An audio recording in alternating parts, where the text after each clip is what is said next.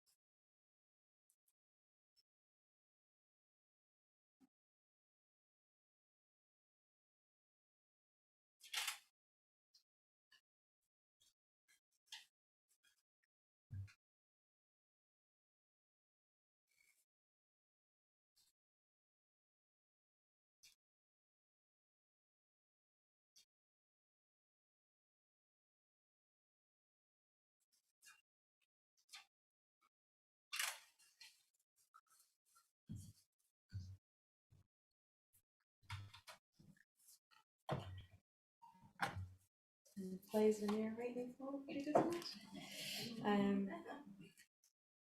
Just to remind you before we begin to read our poems, is on the spirit of the hybrid mic, we also judge these poems in a hybrid manner. So in the room, I want to, excuse me, we're going to have a regular clapometer from the room, and we're also going to reduce our online audience to voting blatantly. Is it? No? It's not like that anymore. No, it's not. It is. Okay. Last month we had 2 different. Two different audio winners. problem. We don't have that problem now. Okay. You're right. We have So, to combine okay. online votes with that. Tricky. What I said, okay? I think. So in the room, I want the applause, and online, keep in mind who you enjoy the most, and we'll ask you to vote at the end.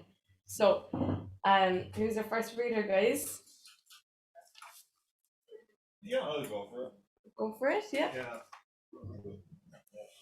Time to use the full extent of the mic now, Yeah. all the way up again. Well, you only have to do it once. Yeah. Okay. All right. This is my humble attempt. It's called A Poem What a Humbug Wrote. I think I'll steal a feather from C.S. Lewis's cap. A fantasy of the 21st century, with its opening setting a shopping mall just before Christmas. A Santa's workshop, yes, but not like the others. A magical one, a portal to a desperate world where love struggles to carry resistance to coldness and bitter evil. Our young adventurers, accidentally cast, have to lend hand as best they can, meeting formidable foes and staunch heroes along the way, even the devil himself for the final showdown. Will the children find a way home? Will Satan and his wrinkles prevail? Who bloody cares? Happy Christmas.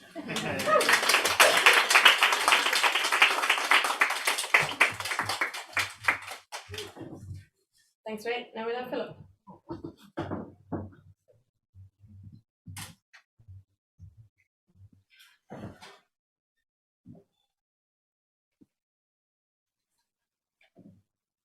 Each Christmas, I read her wrinkles like ruins on stone.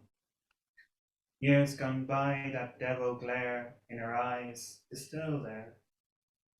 She's the best and worst in me.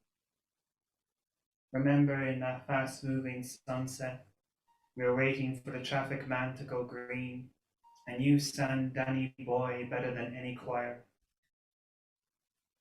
Then back in Ireland, After I was drunk, out in a drunk night, I could not stop talking about you.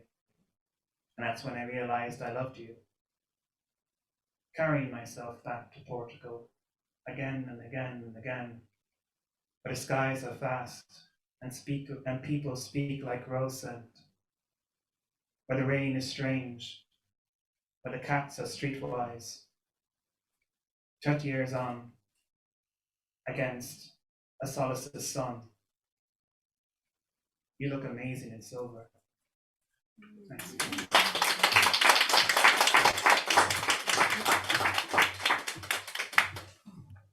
Thanks, Philip. That was great. We're going to jump to our first online reader now with Massimo.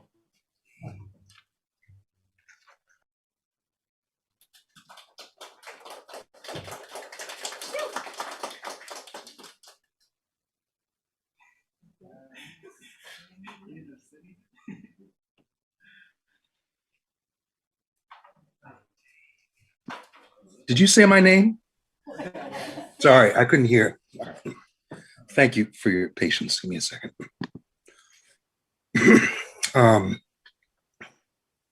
Swing low, sweet chariot, coming forth to carry me home, to somewhere where my weary soul can rest and need not roam.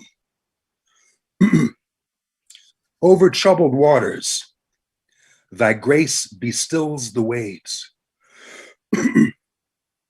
Thy love is an immortal flame that does not die beyond the graves. Thy joy is like a healing balm that smoothens the wrinkles of time. Thy forgiveness is a blanket covering the sinner from his crime. Though this life's but a flash, thy peace is eternal in its flow. May I not seek to seek it, but just remember it is so. The devil's just a thought. Maybe even God is too. But if I live to see another Christmas, then I will know that grace is true. Thank you.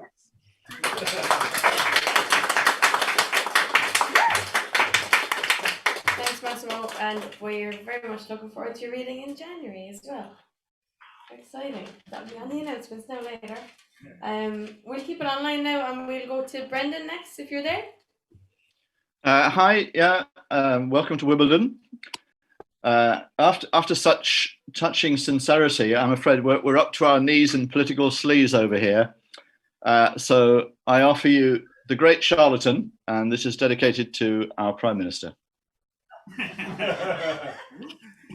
Christmas time in Downing Street. Let's disregard the rules. To hell with the electorate, we take them all for fools.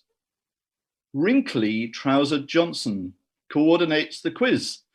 Tinsel-hatted flunkies dispense canapé and fizz. Carrie Antoinette appears. She's leading the charades, calling the shots and drinking the shots and dancing with the aides. Devil take the hindmost, sister, that's you and me. Those social distancing mandates don't apply to the plutocracy. Love, let us be true, be true. This really will not do. This year we must resolve to evict this shoddy crew. Thank you.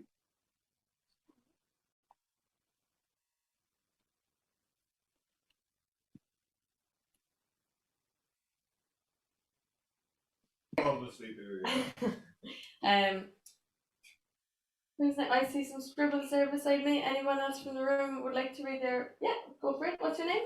Cal. Cal. Welcome. Thanks.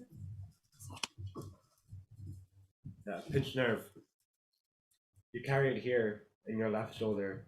Devil sits too heavy, you'd always say. Knotted mass, invisible, surface deep. I see it. Suffocated serpent, bulging below the Christmas streets of your pale body. I know I am over, because I love even this nothing movement. Absence rub of the muscle. No remedy, but only acknowledgement, a self-proof. like how you stretch your wrinkles in the bathroom mirror to make age face itself. Nice.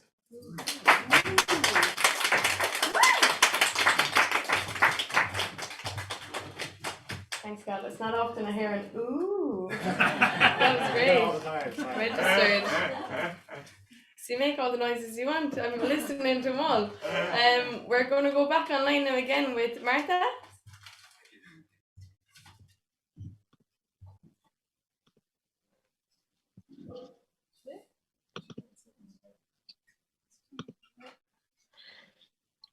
Hi. So this is on the frivolous side, I would say. I love the devil and he loves me. Gordon, I call him, goes well with tonic, especially at Christmas, but I don't need an excuse to have a night with Gordon. He often carries me home, and the next morning when I look in the mirror, I see his outline, but they're just wrinkles, really.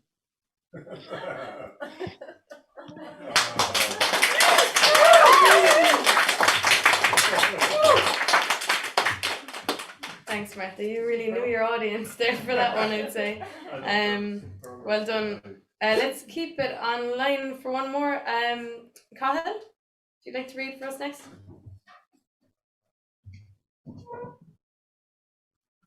Oh yeah, one moment. Let me just see if I can get these to go side by side. Sorry, technical difficulties. That's like Yeah, here we go. layer or something. One second, guys. Sorry, I'm afraid I. Villain's lair. Yeah, cool. Here we go. This is the day of Saint Lucy, the light bringer. See her descending, wrinkling the devil's darkness. Her 2 arms full of survival. She carries her candles in a wreath in her hair. It is Christmas in the catacombs. Faith has been hiding, for hope is but a diamond, hidden in pockets deep under the world. Love is a fire. So now see her tied to the stake in the square, Lucia, the light bringer. She comes through the flames, whole and unharmed and unburned.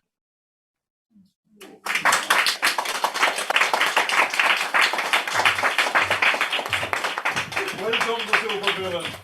Thanks, God. I don't know whether to add that to a cheer code now or not. Have we any other readers from the room, guys? Jim, let's go.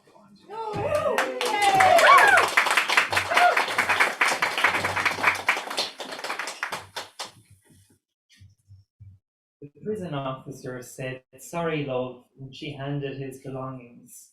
They got a bit musty in storage. Bell-bottoms were in style at the time. The psychedelic shirt is covered in wrinkles. He walks under the Christmas lights, both loves and fears the freedom. The crowds march on with shopping bags. He buys Gillette and a razor, carries them to the train station, shaves in the toilet to the song "Christmas All Around Us" playing. He nicks his face with a blade. Blood as red as Santa, Coca-Cola, the devil himself. He tut-tuts, puts tissue on it, watches it turning red, like strawberry syrup on a measly snow cone.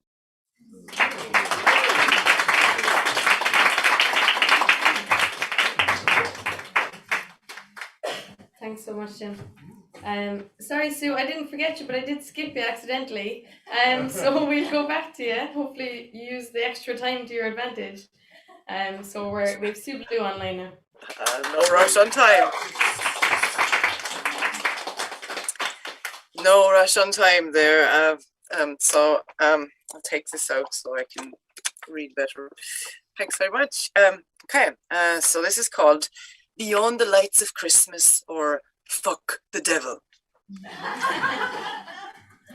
Well, okay. And the devil has carried his cross through yet another year. Burdened by the love we share, he has put his hoof down right beside our hearth and stomped to break our hearts as he ripped our dearest out.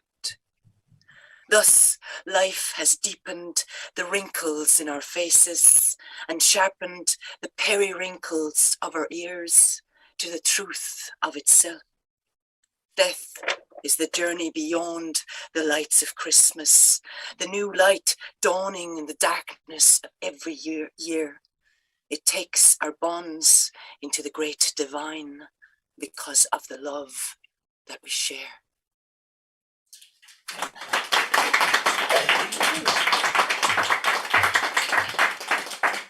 Thanks, Sue. Have we anyone else? I've no. Oh, we do. We've loads. Hang on now. Richard, do you want to read next? Okay.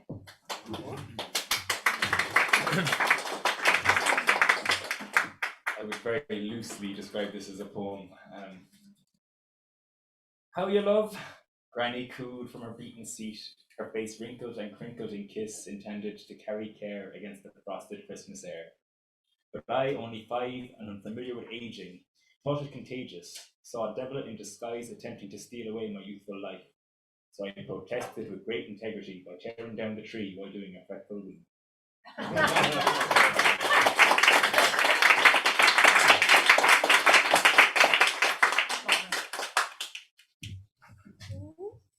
Thanks, Richard.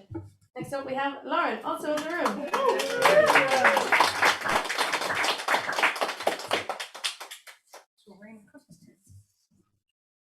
Okay. Underworld Christmas. It's always dark this time of year. Actually, it's always dark here. But Erebus looks so festive, carrying souls along its flow, illuminated by inferno red wrinkles of rippling lava. The souls are seasonally dressed in Christmas jumpers, courtesy of the Furies, because the Furies love to knit. Intricate patterns of snowflakes and skulls in the color of midnight and moonlight. Guided by the ferryman, the souls descend before the judge, who decides who's nice or naughty, with the nice banished to above. The chosen are led by Dante, adorned with elf ears and bells, through the grotto, around the Lethe, until at last they arrive to queue at the throne of the Father and his sidekick, Mrs. Persephone. One by one, the souls ascend. Some pet the helpers as they pass and drop favorite treats of pomegranates. On the altar, they climb the bony knees to sit on the devil's lap, to whisper their Christmas confessions and swear to never look back.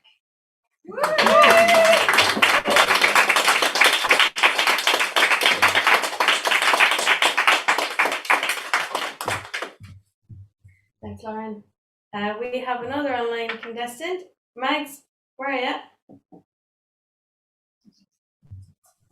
To knock a bit of sense into this stream of consciousness. Yeah, I'll get going anyway. In my morning mirror, staring at the fact that I'm too plump for wrinkles, that some Kardashian might steal these soft cheeks and might place them someplace else and kickstart my beauty regime into the back of next week.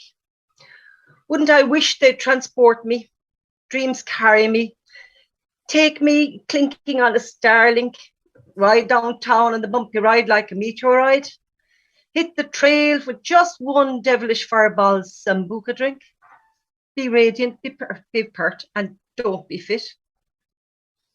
But there's something to aging, passage of time, and in praise and maturity, I must remind myself that it funnels your goals and sharpens your rhyme to a different drum beat, less beatbox, more jazz time. Looking at this old facade, well, it's more interesting, and it's not so bad living through collateral damage. By Jesus, I know about that. And even a comet leaves debris. And, you know, even these shower of Perseus, well, they were once called St. Lawrence's Tears. So enjoy your personal sandblast. Whip out the cherry lips. Shake the tail feather and celebrate your passage of time. and through the star showers of Perseus and of my time, satellite around the luminous ones of Ovale, my poetic pals this Christmas time.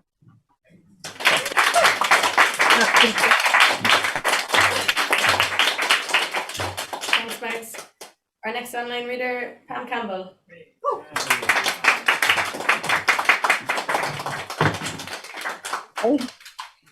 Christmas groans under brokenness, cries for the learning of wrinkles, carried deep in skin and soul. Love, a score of nil, becomes the bedeviler of hate, miss breath after breath of hope.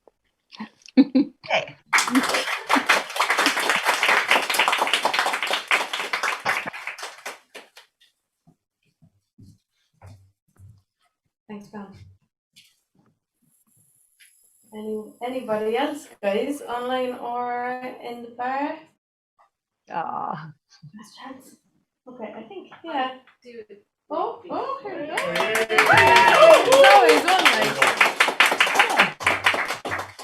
Not over yet.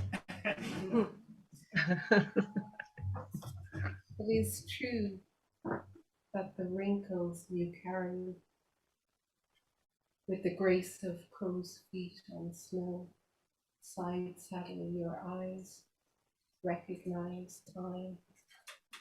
It is true that the love passed through your deviled lips like the champagne you guzzled that Christmas. We spent our lives segregating time, lined out in earth dust.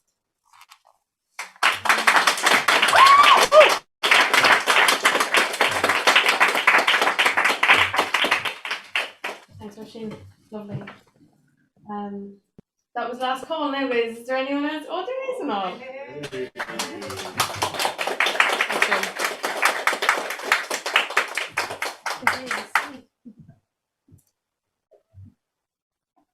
Great to be here, lads. This is called My Christmas Party. The day bristles with Christmas cheer. Red day of San Nicholas draws near. Devil of queues if you tarry, laden in the rain with too many wet paper bags to carry. I've been there. COVID is shit, but masks hide wrinkles. Fairy tale of New York, always worth the tinkle.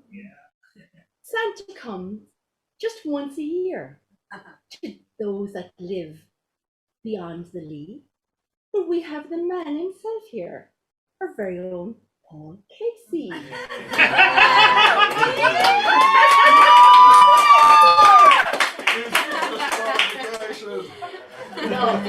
No, I send my love to all in the room and to all my new friends on Zoom.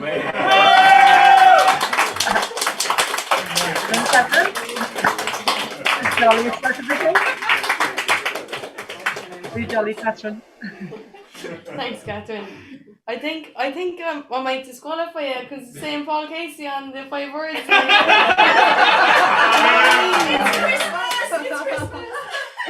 It's a new cheat that we've discovered. Fair play, guys.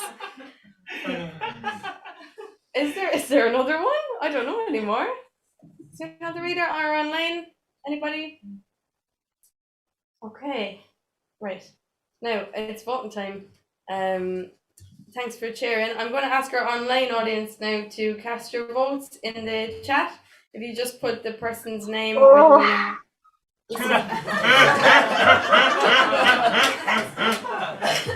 Who's that, mate? Are you okay, mate?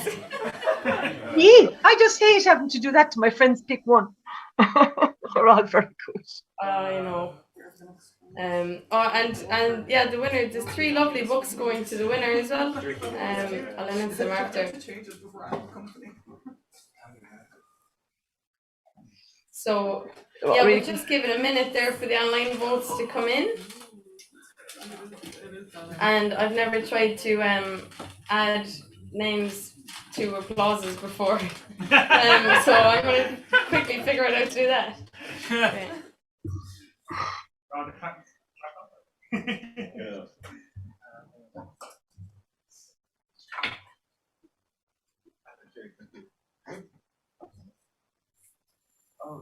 I suppose I'll have to say Catherine, will I?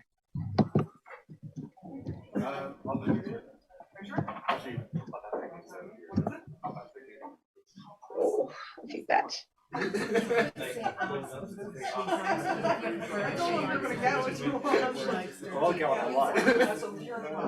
Oh, jeez. Am I making all this?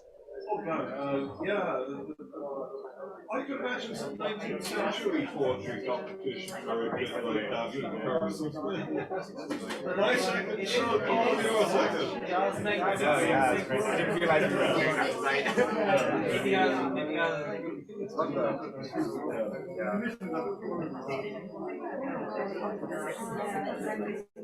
Thank you, folks, for taking our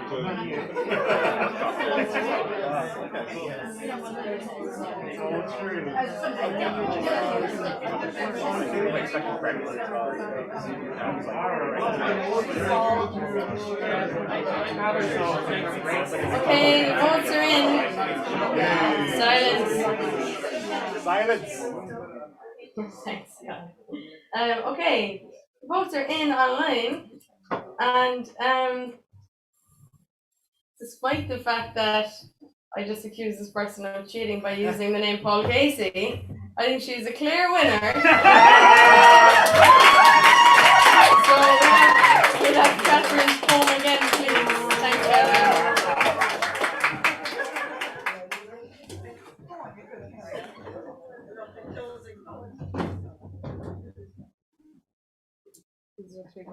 Congratulations. Thank you very much. Thank you very much.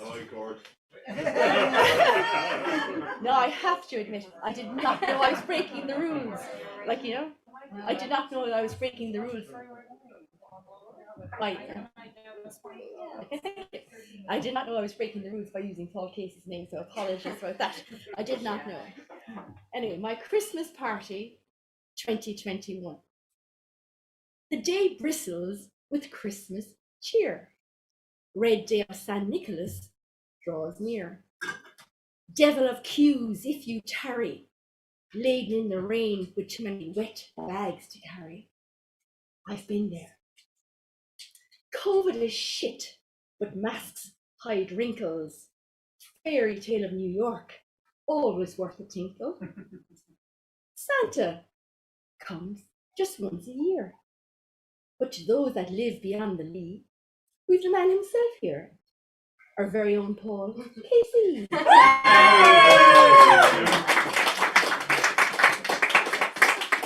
Now I send my love to all in this room and to all my new friends on Zoom.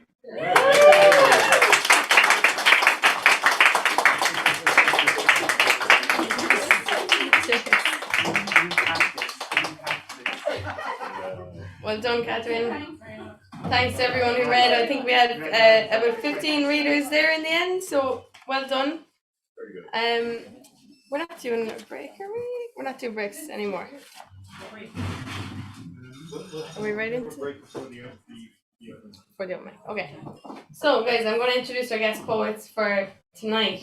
We have one joining us here at the Long Valley, Conor Mcmanus, and we have one joining us online, Leontia Flynn. So I'll introduce them one by one. Pardon? You're not supposed to first, excuse me. But before I do that, some quick announcements. So the announcements are, sorry, I don't have them.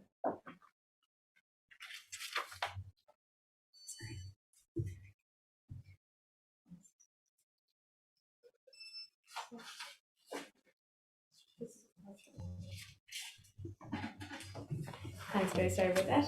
So, our first announcement is that the 9th Fiverr International Poetry Competition continues, and this year's judge is Maurice Reardon. For submissions, view avail.ie, and the 5 words for the 14th to the 21st of December are Renew, China, Wheel, Lake, and Orange. So you have a head start there on our online audience, which is usually the case, but now you've also gotten them.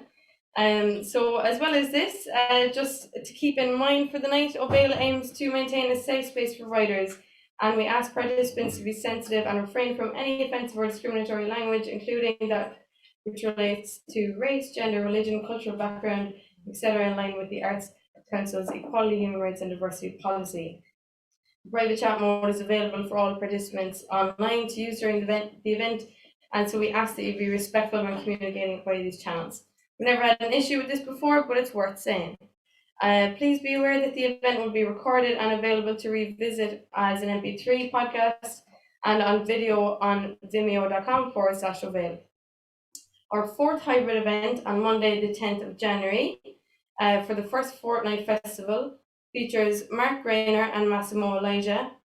The first 30 people to book seats as of tonight or via info@ovail.ie will be confirmed a place in the hayloft. So as well as this, we have our donation jar back under our horse's head. We really appreciate any donations. This has always been a free event. We're very happy to keep that way. And if you don't make it, that's all right. But I don't think we pass around the horse's jar anymore, but it is under the head if you want to visit the horse at some stage during the night. PayPal donations can also be made via the link. I think Paul will post that into the chat some stage. So the link is also on our website, ovail.ie. So thank you for bearing with me. That was all of our announcements for tonight. Now I will get back to announcing our guest poet for tonight, Conor Mcmanus. Very, very glad to have you joining us tonight. So Conor Mcmanus is a writer of short stories, memoir, and poetry. He's had his work published in Southward, The Moth, Cranoe, The Stinging Fly, and Force 10. He's read on RT Radio and in the UK. He's been shortlisted for the Fish Short Story Competition on 2 occasions and won a bursary to the Tyrone Guthrie Centre. He published a chapbook called Boy by Three Spires Press in 2020 with a bursary from Roscommon County Council, and his debut collection of short stories, Drumshambo, was published by Iron Mountain Press this year in 2021. So we're going to have Conor join us on the mic tonight. You're very welcome, Conor. And the book's actually for sale tonight. Catherine was a very lucky winner of a copy of it after the Fiverr challenge. So the book is on sale tonight, so we can have that on display. So I'm going to welcome you to the mic now, Conor.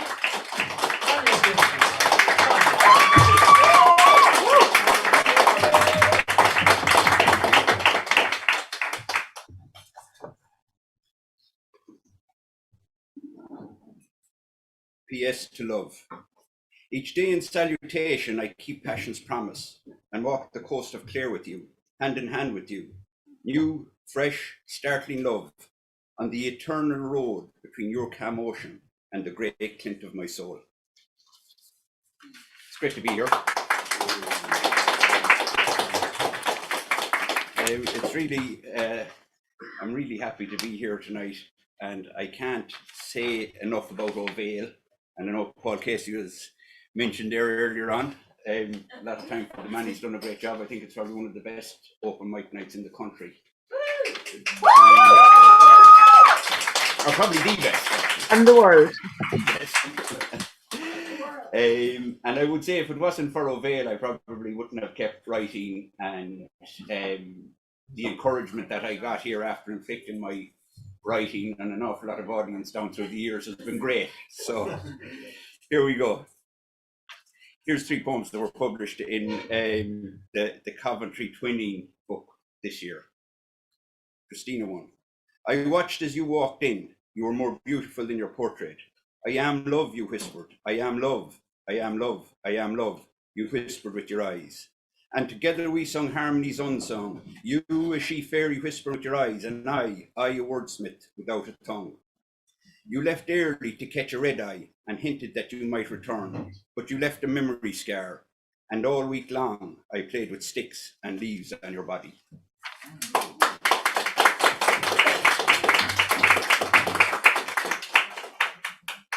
Since you left, I dreamt of rats and fish and squadrons of spaceships in endless numbers, grey and suspended, moving slow and silent, eternally passing. And of you, stretched naked on a beach of damp cobbles beneath dark clouds, and I scrawling love with the mud-tipped stick on your body.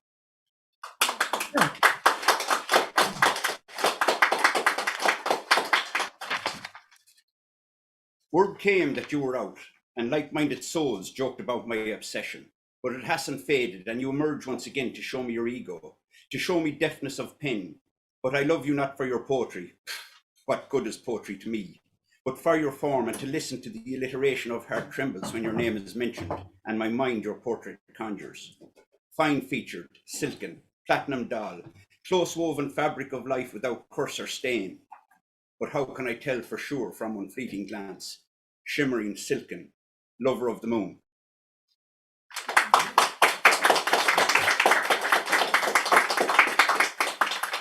Of course, not all poems are love poems. Some poems are lust poems. Hello. And sometimes you think you're writing a love poem, but you realise it's a lust poem when you sober up. This is one of these.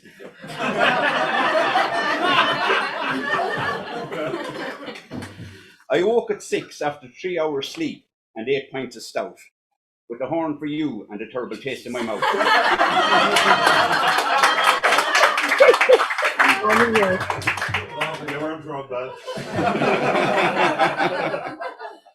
Garrettstown. I walked the beach and out along the cliff where we first kissed on that bright October afternoon. But the place where we sat had disappeared, undercut and eroded and fallen into a turbulent sea. Drunk on you, I kicked the wind and grasped the swirling sand. Whispering particles of you melted with salt sea spray on my tongue. Good man.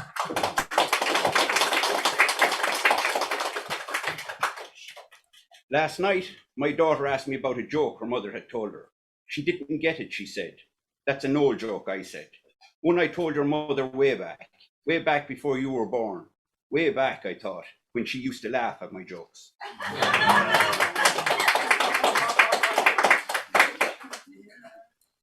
The good road.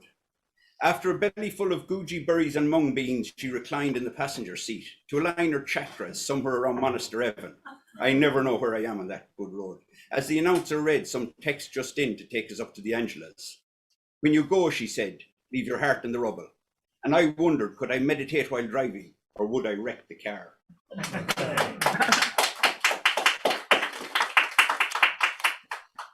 Look at these pages.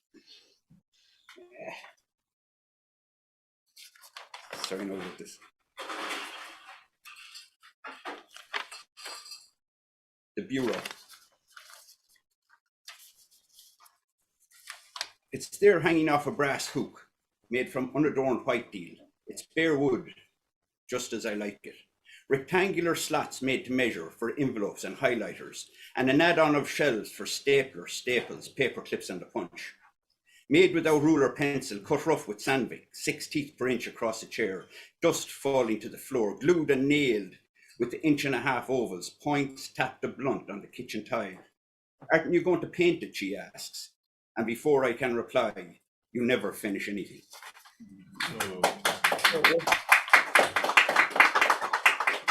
Ticket.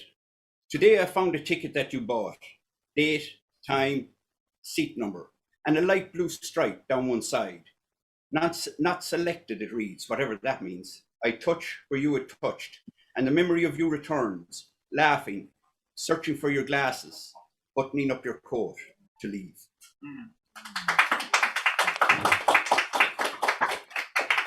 These are two longer pieces. One is from my father. Throughout the whole of his life, my father had remained in constant conversation with the dogs of the town, with the river, with the willy wagtails, with the swifts, with wild horses, with the crows nesting high up in the rookery above the town, clatters of them returning home early when rain was due. He would often stand in our backyard and surmise as to the stories they might be telling as they clattered incessantly high above the house. He could see the beauty in their blue metallic wings and the grace in their flight, and like them would wish he could take off from some high perch and soar high above the town and follow the bog of mash. Get caught on an updraft and gently let it take him, or fly upstream and rise with the ground to the Mass Rock until he could see the breadth of 5 counties, or drift like a feather back down to the cottage that nestles at the foot of the mountain and dream of apple orchards, damsons, gooseberry bushes, and climbing roses. Later, when the woman walked through me, I would dream that, like him, I talked to crows, and the crows talked back. Mother. I know my mother is fluttering high in the whispering pine trees that line Acres Lake. Maybe from time to time she comes down and rests on one of the benches and watches the tennis players on the court or the children playing on the swings, the young parents, the boaters, the fishermen on the jetty, the ducks. And maybe a crow flies gracefully out from the rookery above the town and goes beyond the brown, gurgling, breaking river and drops his story into the lake and perches on the high mesh fence that surrounds the tennis courts and preens his beautiful metallic blue feathers and chats and laughs with her until the day brightens and they both soar, her white and wispy, crow dark and handsome with one grey eye, out over acres, and drop stories of the town, stories of Arigna, of Iron Mountain, of Carrignabrack, of Roscarban and Rantock, of High Street, of America, of the past. Stories that will break the lake's surface and plunge into the bottomless hole that they say is at its core. Stories that will never sink to the bottom, but never resurface either. Lost stories, lost forever to you and me in the brown water of the lake.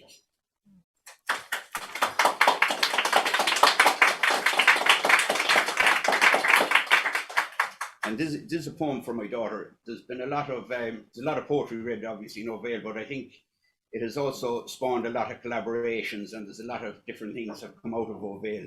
And one of them is a collaboration with myself and Colin Scully, and we made a film out of this, from this poem. A day out. The sun shone, but it wasn't warm when we got the taxi from Houston. It reminded me of September days, long before you were a twinkle, as you'd say yourself. You who invented tidgies and resisted shackles like a true Irish hero, though still only 5. On the train, you drew a locket on a page and asked me how they were made. And were they fairies or angels that sat at the foot of O'Connell? And you wondered how they built the spire and asked, were some fairies shy and did fairies fly in the rain? The taxi man said he had a handier route, and I wondered would he screw us and look for bullet holes in the forecourts and ghosts of Collins' spies in the castle. I wanted to look at the paintings on the railings, but you wanted to hunt for horse chestnuts in the green and play on the slides and swings. We sat on a bench, you curled on my lap, tired from the early start, and we threw money in the fountain, and you said, if 2 coins touched, we could make a wish. Oh.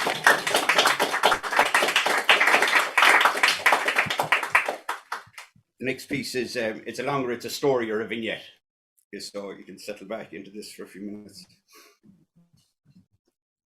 After Mass, somebody's golden retriever with the brown collar was jumping up at the window in the kitchen, trying to eat a blue bottle.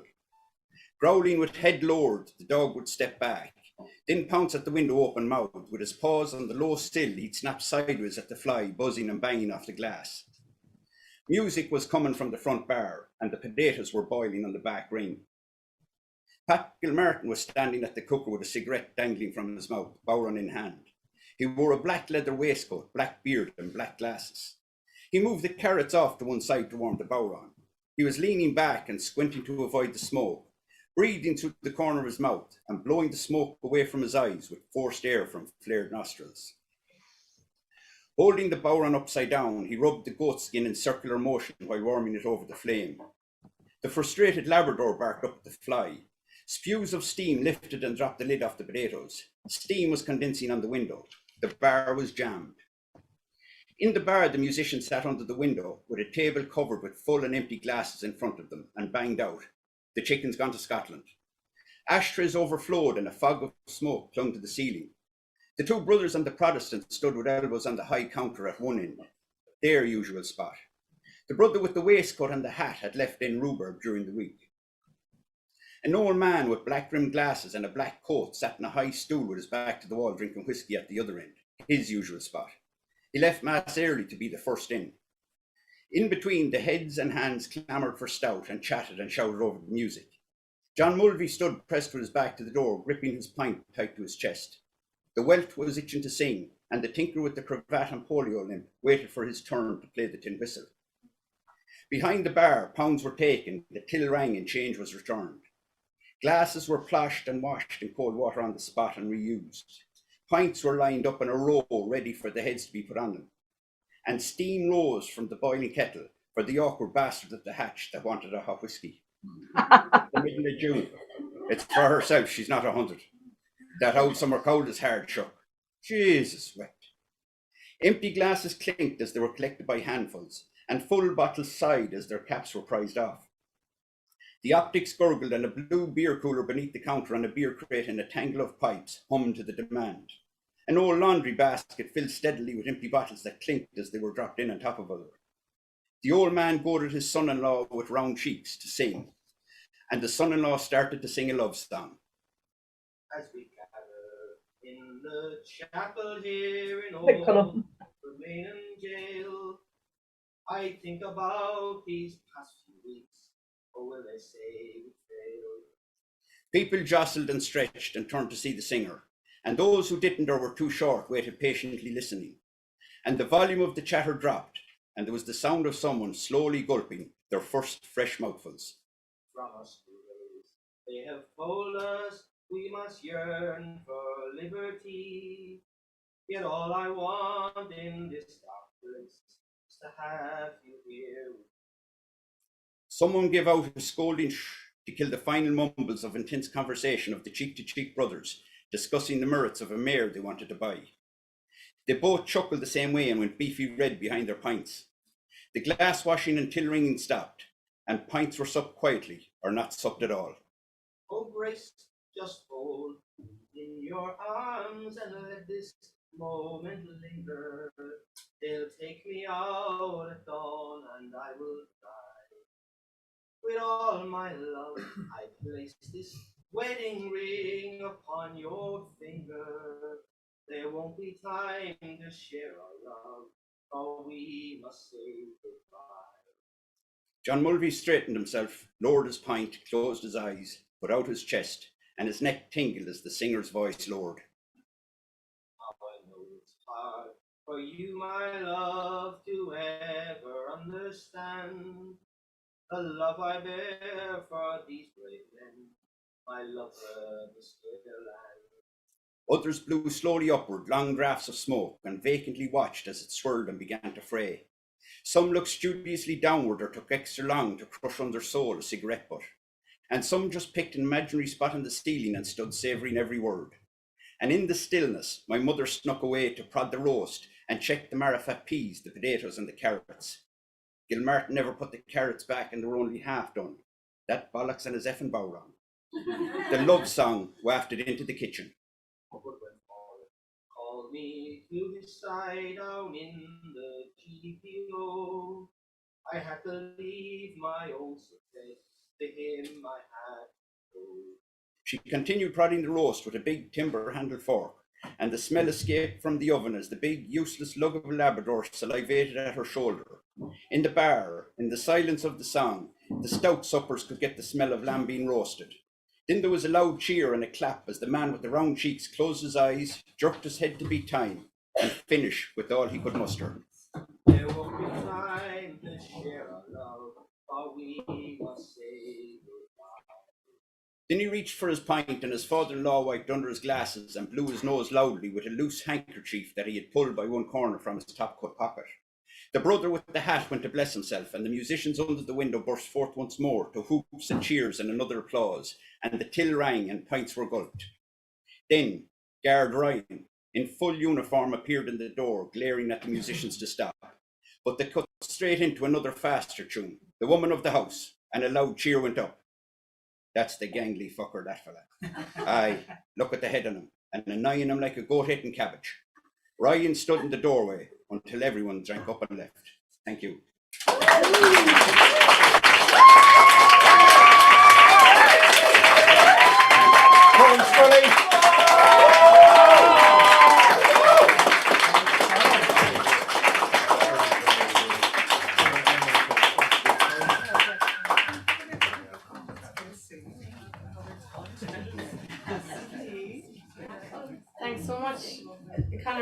Mcmanus and Colin Scully down the back.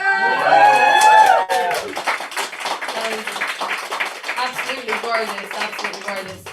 I have a feeling our online audience could hear Colin singing, but could you hear? He could. Great, that's great. He's not even mic'd up or anything, as far as I know.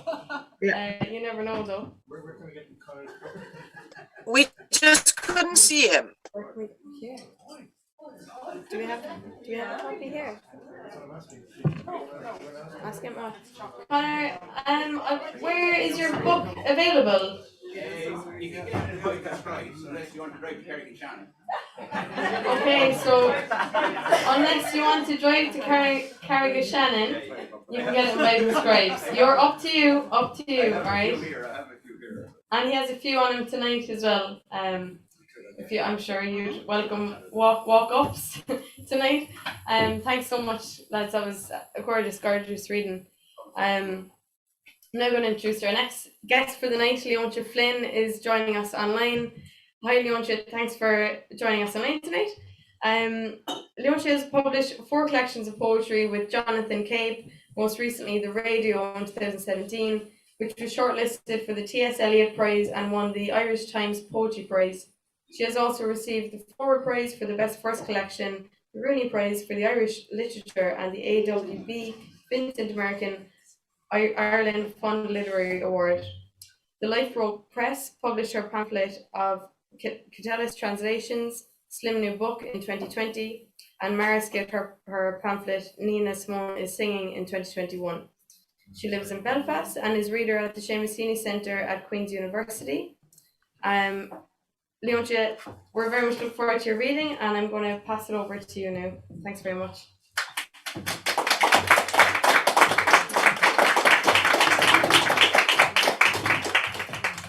Hello, thank you for having me, and thank you all for being there in the bar, as well as online. I got myself a beer, so I could pretend to be in a public space. But and I listened to you all read, and it was great. Thank you very much. I know my camera was off and my audio was off, but I was. So I think I'm going to read just about 10 poems. I think that will maybe last long enough. It's always a bit weird doing this online, so because I can't hear you, whatever, and or I don't know if I can hear people in the bar. Maybe I can, but yeah, there's always a bit of a vacuum feeling up to it. So hopefully it'll all go okay. So I'm just going to read one from my second book, Dries, to start with, because I'm going to read some poems from the radio after that, which have a similar sort of form and preoccupations. And then I'll maybe read some newer ones after that. So I'm just going to read a poem called F. Scott Fitzgerald. And one of the only reasons I'm reading it is because I still like it. And it's a sonnet, and some of the other poems I'll read are sonnets about writers, but they're all about me, obviously. F. Scott Fitzgerald. Of course, all life is a process of breaking down. You can live it up for as much as a generation, but as sure as the high of economic boom bursts like a bubble, ushering in depression, as sure as the shiny coin of happiness, oh, ecstasy to me, is spent at last. Fitzgerald shifts in bed. He has come west. His bedside locker slowly fills with empties. As sure as you get the girl and then get pissed, as sure as you buy the most impressive car, then drive it off the road. Out of the past, the long trains of our youth come snaking, far off through the wheat fields. What we were straining for, Fitzgerald pauses, it was already lost. It'd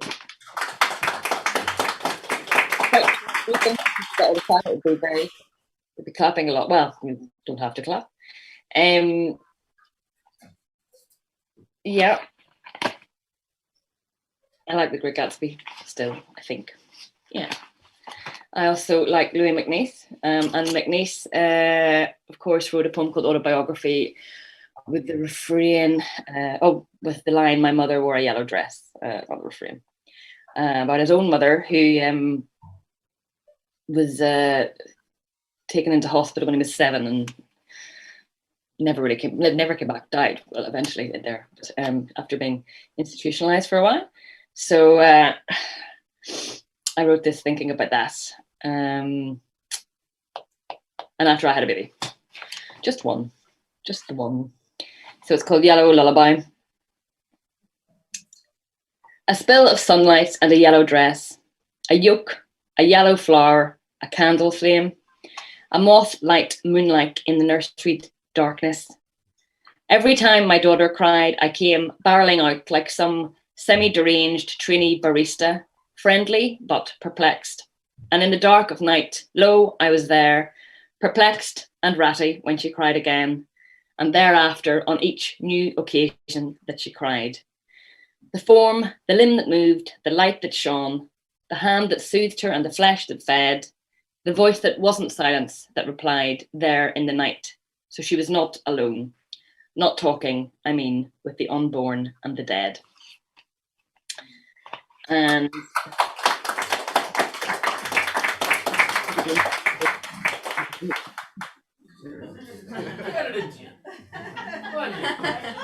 my beard's got a goal, so I don't know the country further. Anyway, but this is called The Brontes and another sonnet, and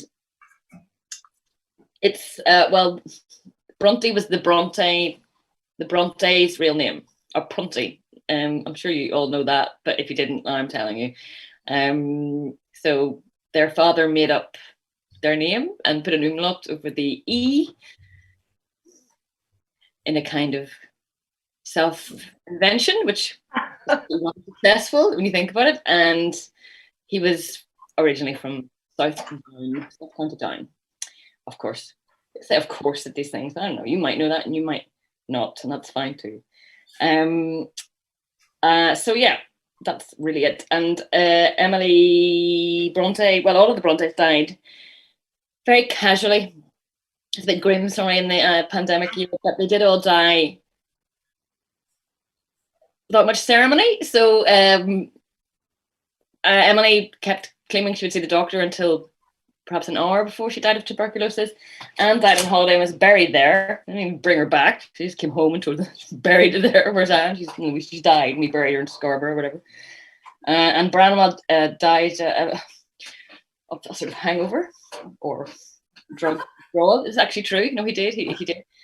One of his, I think his last words were, "Oh, come quickly, I'm dying." I'm dying, and then he realized he actually was dying. And Charlotte actually died of morning sickness, bizarrely, but like of dehydration. Anyway, that's all very depressing. But yeah, I don't know why I even mentioned, but yes, sudden death, and it's, well, I think when I wrote this wasn't really a phenomenon anymore, but as somebody who's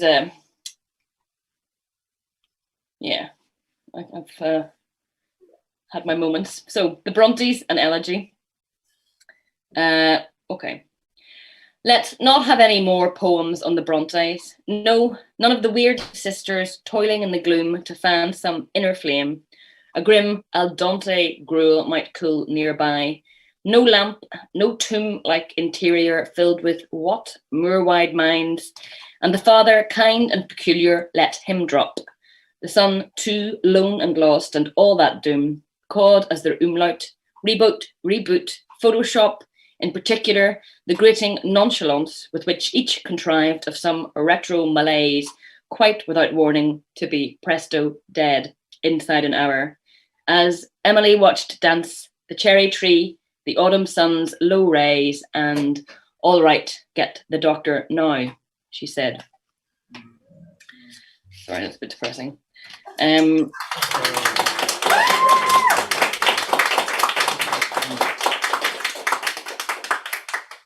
I have lots of sisters. That's really essentially what I'm. And grew up in the middle of nowhere with a very strange father. This is about my strange father, who was always strange, but really got very strange. Well, he had Alzheimer's disease, so in fairness, that was to be expected, but he had it for a long time, and I wrote this after he died, though I think I had begun writing it long before, because, well, he got Alzheimer's before everyone got Alzheimer's, which was, so one of the only people I ever heard who'd written about it, or first wrote about it in a literary way, was Jonathan Franzen in an essay from How to Be Alone, but it was published about 2000, about 20 years ago. And he was describing his own father's decline from Parkinson's and Alzheimer's disease. And he wrote this, which I must have written down somewhere. But I kept the article in the book. Anyway, right. The human brain is a web of 100 billion neurons, maybe as many as 200 billion, with trillions of axons and dendrites exchanging quadrillions of messages by way of at least 50 different chemical transmitters. The organ with which we observe and make sense of the universe is, by a comfortable margin, the most complex object we know of in that universe. And it is, I suppose. Anyway, sorry. I forgot the most complex object we know of in that universe, and yet it is also a lump of meat. I wish he'd had a heart attack instead. I actually didn't wish my father had had a heart attack. I think that's probably why I wrote this. I was rather glad to be there, I think. So anyway, but I used part of that to write this, and it's a villanelle. I absolutely despise villanelles as a form. Please believe me when I tell you I will never write another one, but I don't know, it just happened. It didn't. So, Alzheimer's villanelle. Sorry about the villanelle, but I wish he'd had a heart attack instead. Jonathan Franzen wrote about his father, of the slow, quick, slow disease that left him dead. After they fished his brain out of his head, post-mortem, weighed and chopped it up like liver, I wish he'd had a heart attack instead. I wish he'd stopped at once. The doctors read the small, clear signs, that little tissue sliver of the slow, quick, slow disease that left him dead. Imagine a train delayed, that pulls up without passenger or driver. I wish he'd had a heart attack instead of that spectacle. Our efforts round bed to cheer like some incongruous bon vivant off the slow, quick, slow disease that left him dead. But did we? Had my father's soul quite fled? I cannot say for sure, though no believer. I wish he'd had a heart attack instead of the slow, quick, slow disease that left him dead. It's a typo in my book, which I've never noticed. There you go. Sorry, that's the end of that.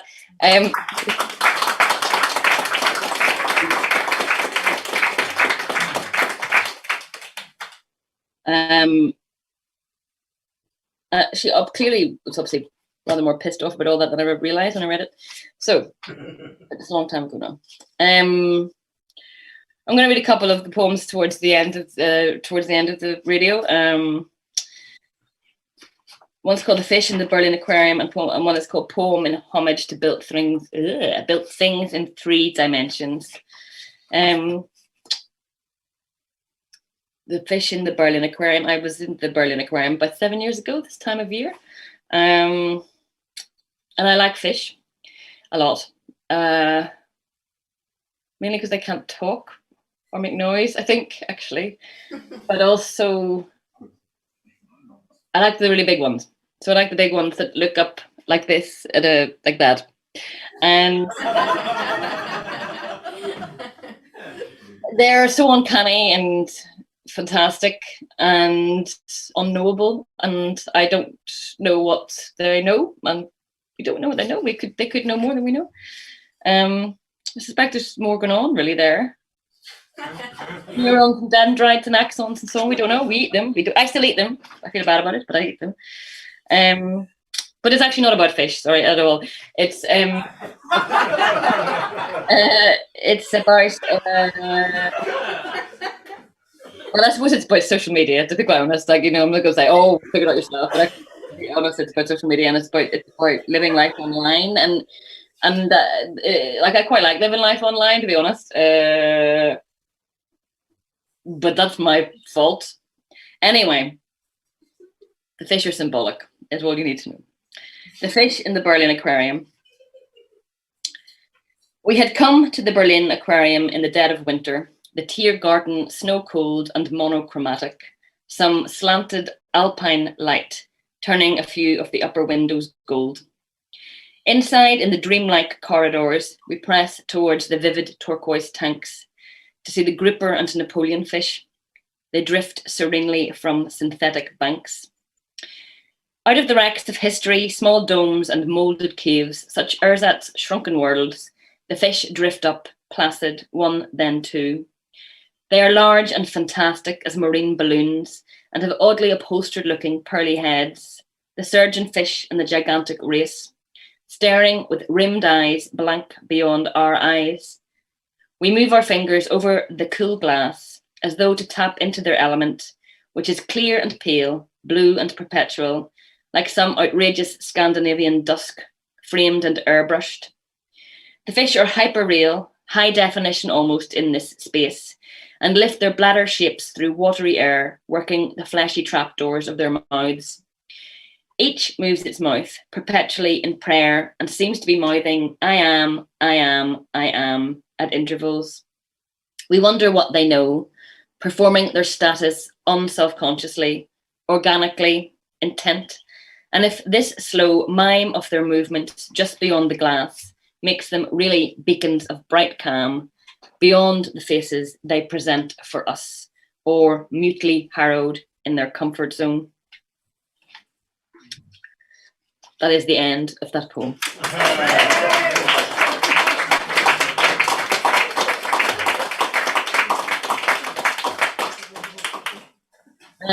And Poem and Homage, the three built things in 3 dimensions, is about what it seems to be about.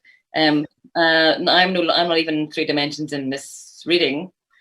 But then I wasn't on the book either, and I'd probably rather encountered in the pages of a book than in real life. I am nicer in real life, actually. I'm much nicer in real life, but I'm better in the book. So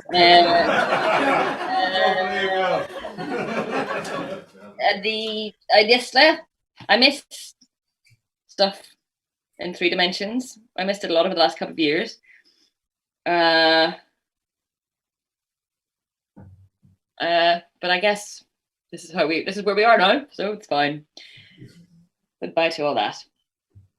Although I am strangely angry in this poem, I think, actually.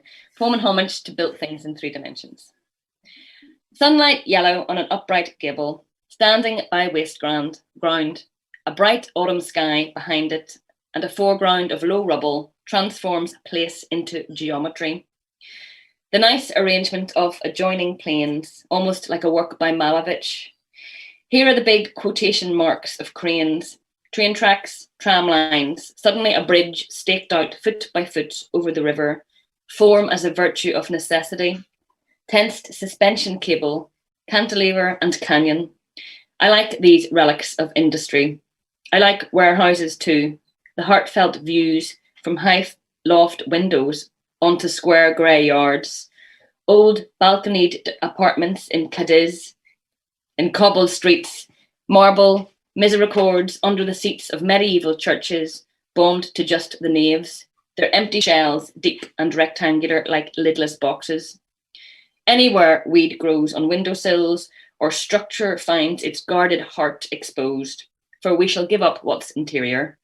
A townhouse on our route that has been raised, except 2 corner walls, frayed wallpaper, or mills slumped by canals, the struts and stilts of factories rusting back to skeletons, in broken open cupolas and vaults, gudgeons, anchors, hoopings, stays, and chains. For all of this we're pleased to see convert to something else, in a bright heaven where, held on the open network or closed circuit, are brilliant concourses or light and air with building block and freight of one and naught. For wagon after wagon of fast goods, experience itself perhaps pure thought or pure potential.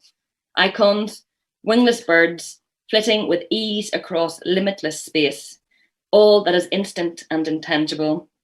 Transparent bills hung on an interface transparent too. So on that gable wall were some forgotten manufacturing sign. Take courage, say, try, even if you don't, remains in place. We smile to see sunshine on crumbling brickwork and on faded paint.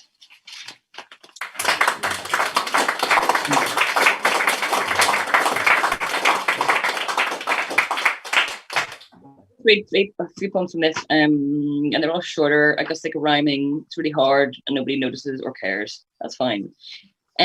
So this is called Silent Valley, and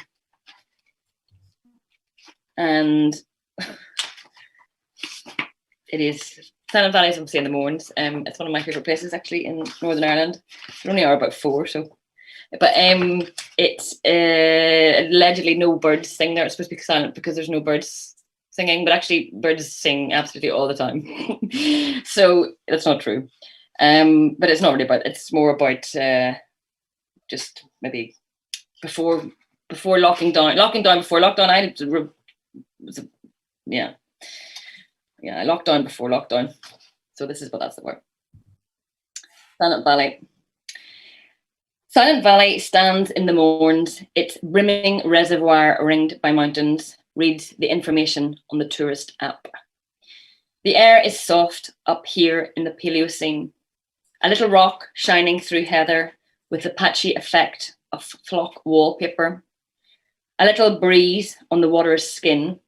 A little bird rather controversially sings.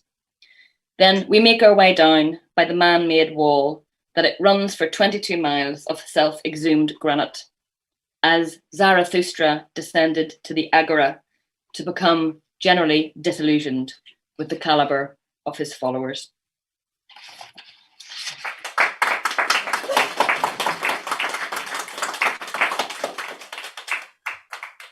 This is a bit similar, this one. This is called The Small Boat Had Turned. Actually, they don't even have titles. I just realized it's just the first line I'm reading there. This is actually, I wrote this after hearing about Matthew Sweeney's death. So not far from you there. But, I can see myself on the screen in the bars. Notice that. When I heard about it on a boat, I heard about it on, I'm sorry, it's really inappropriate, I'm talking about somebody's death. The poet Matthew Sweeney, I think was about 3 people text messaged me when I was on a boat sailing from, I can't remember where you go now, is it Lewisburg? To Clare Island, or it wasn't Clare Island, maybe it was another island. Anyway, I was somewhere west going out to an island, and I thought, even here, somebody's messaging me. So that's not very constructive response to it. I was happy to know, but yeah, it's sort of a tribute to him, I suppose. The small boat had turned. The small boat had turned outward from the headland into the grey field of the Atlantic when my phone buzzed in my raincoat pocket. Another death broke on the networks. The mainmast swung like a metronome as we swayed and turned further into the wind. The back white wall was awash with emotion. It rolled downward endlessly in slipstream. One gull hung in the uncrowded sky as we kept on course for the island, away beyond the last beach and the long reach of call and response and tumult, to go where the word that breaks on the steady prow is ploughed back down to the undertow.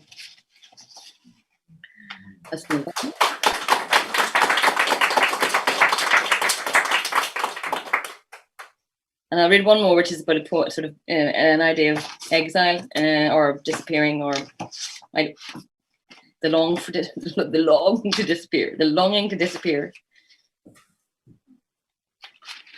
And then we just moan about it, disappear, and then you just moan about it. But I can't remember where it is. And this was for a friend of mine I visited, and then I'll just read one more after that. This is for a friend of mine I visited in France who lived in a kind of castle. She lived in a castle. And I mentioned two of the artists I mentioned, Vivian Mayer and Henry Darger. If you know, that's great. If you don't, that's fine. Or, wrote, one was a photographer, one was a painter, but they were not known in their own lifetime and just did it for its own sake. And the art, just did the old art for its own sake. Which seems sometimes maybe the best. It probably is the best way to do it, isn't it? So, the swallows in the courtyard. The swallows in the courtyard, the moonlight over the outbuildings, the footprint trail in the terracotta tiles left by a cat who stepped 2, 3, 4 times from the 16th century to vanish here. In silence and splendour, your mothering work sunk out of sight amid Norman woodland, fled from Armagh, Belfast, and the smoke-filled galleries of the 1990s. Your exile and art made the salvage and eBay, thrift and inheritance, like Vivian Mares or the Vivian girls of Henry Darger, sheltering beauty in the narrow space required to forge it. Such hierarchic privacy. We have our tea where a millstone rests and the willows sway, while around us the sans-culottes and conspirateurs ignite the periphery. And the last one I read is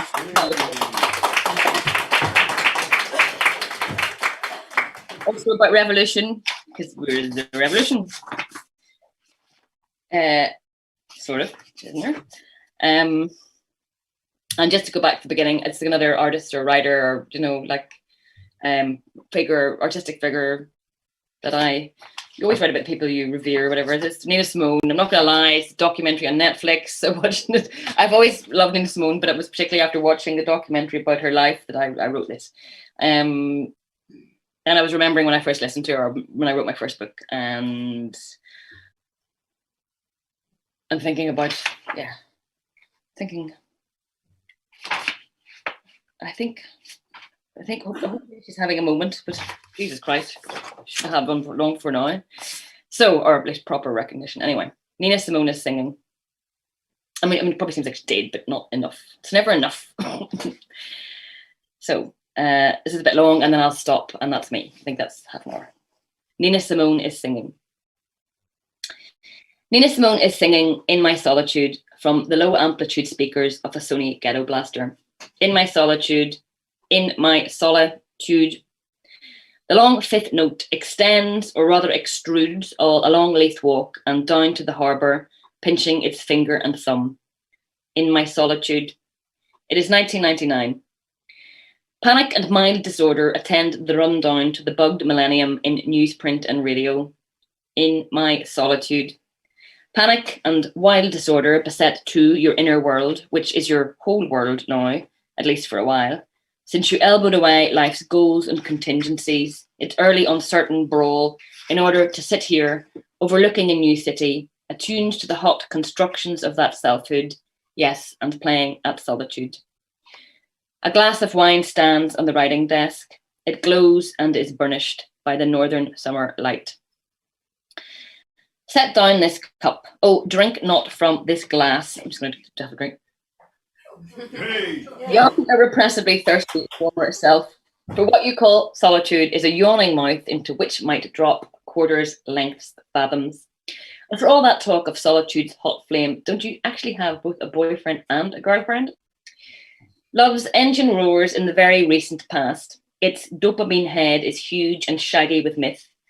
And the loves of the future advance towards you, extending their rhizomes, connections forged across the synaptic gap as neuron seeks neuron through the mighty force, such as that which through the green fuse drives the flower of being young in unlonely solitude, and of tending towards love's magnetic dyad, not to mention the matrix of child love and child devotion through which you will pass as through a wall of flame, and it will be years before you let them go. Oh, I let them go now. I let them go, all the Oedipal boys, to swim back upstream to the passenger seats of their mother's Ford Cortinas. And this last girl, my daughter, separated from me at the border of my body, at this threshold after eons, who returned to her wearing her father's anger and odd socks, and who grows, yeesh, like a coneflower, steadily into the sun. In my solitude, I let them go, like Nina Eunice, who was fierce and bullyable, who clamoured for Marx and Lenin and revolution. Her genius fled from the long self-exile of home and marriage, of affronted professional pain, to France and Liberia, singing of solitude. Who knew in the triumph of exiled self-possession, with its broken mirrors, with the fallen towers of the mind, how raw is the sunlight, what an awful thing is a rose, in the singular world that is untransfigured by love. Very unhappy ending.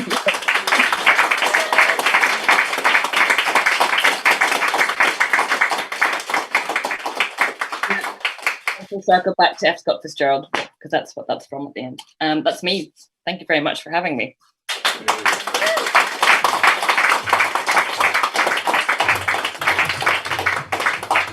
Flynn, everybody.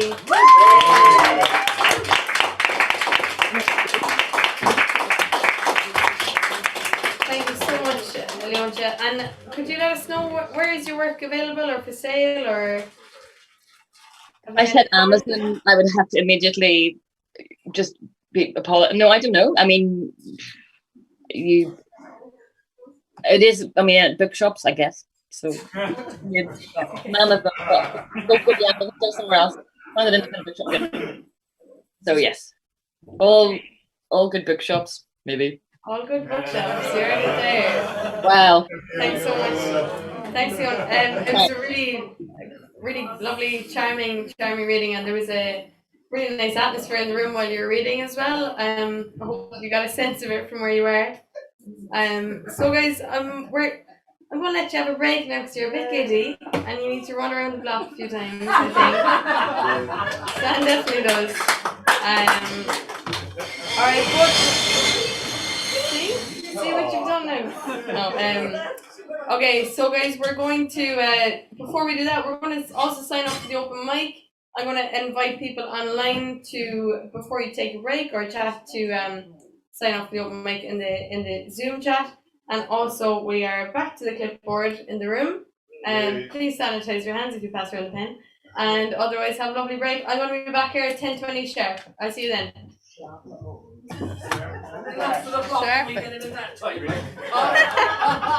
I meant 10:20 Cork. I'm rushing up.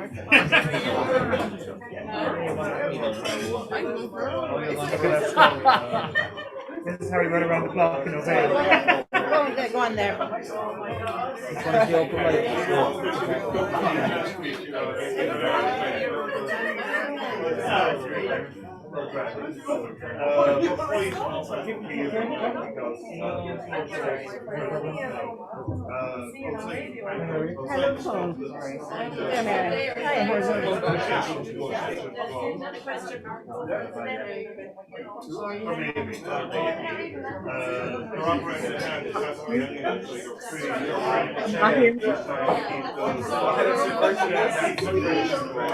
Simone, can you hear me? Yes, I can hear you.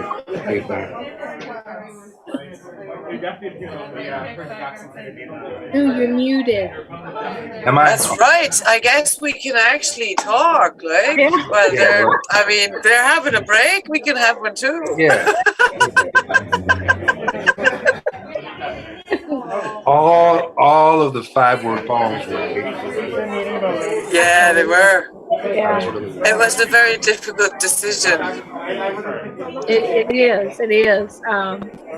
But I just love hearing them. It's a challenge to my brain to do it in 15 minutes. I just got stuck on. I just wrote phrases down and just kind of thought, just stay with it. But I was still writing when y'all were reading. Nothing.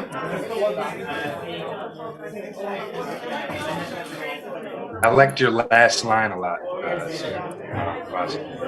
Oh, mine, yeah. Wow, yeah. The last line. Yeah. Today we have had the beginnings of a funeral, which in Ireland take like kind of 2-3 days. And it was my partner's mother died, and so yeah, that's in it. That's in it in the poem. Sorry for your loss. Where that comes from. Yeah, I think these occasions make us reflect the bigger things in life, isn't it? That what's beyond this life. And it's good to be reminded of that thought every so often, even though it hurts, because I think we can only grow from being more connected to the beyond by way of our ancestors that we're conscious of. Anyway, it's very loud in the background. I don't know if you can hear me. Why don't y'all go get me, a drink from the bar? Yeah, I'm enjoying that, absolutely. Comfortable in this chair, so if you, just one of you, just go, it'll be all right. Yeah. So it's, I'm just drinking tea. Well, Oh, thanks. No, I thought. I asked. You're Go ahead. Well, a friend of mine made me a beautiful little, a Croatian friend of mine made me a beautiful, brought me for my birthday, a beautiful homemade, I don't know what you call, like a liquor that you make from berries. Okay. As in, yeah, you put berries into like a vodka type thing or something like that. What's it called? The berry is called. God, it's such a gorgeous name, and now I can't find it. It's called. How much have you been drinking? Oh, that's gonna drive me nuts. No, you see, it doesn't say it on the bottle because the mom made it, so it's a different bottle. I can't. How much is left in the bottle? This is Your the open last mic one. performance is going to be wonderful. They say it bursts with vitamins.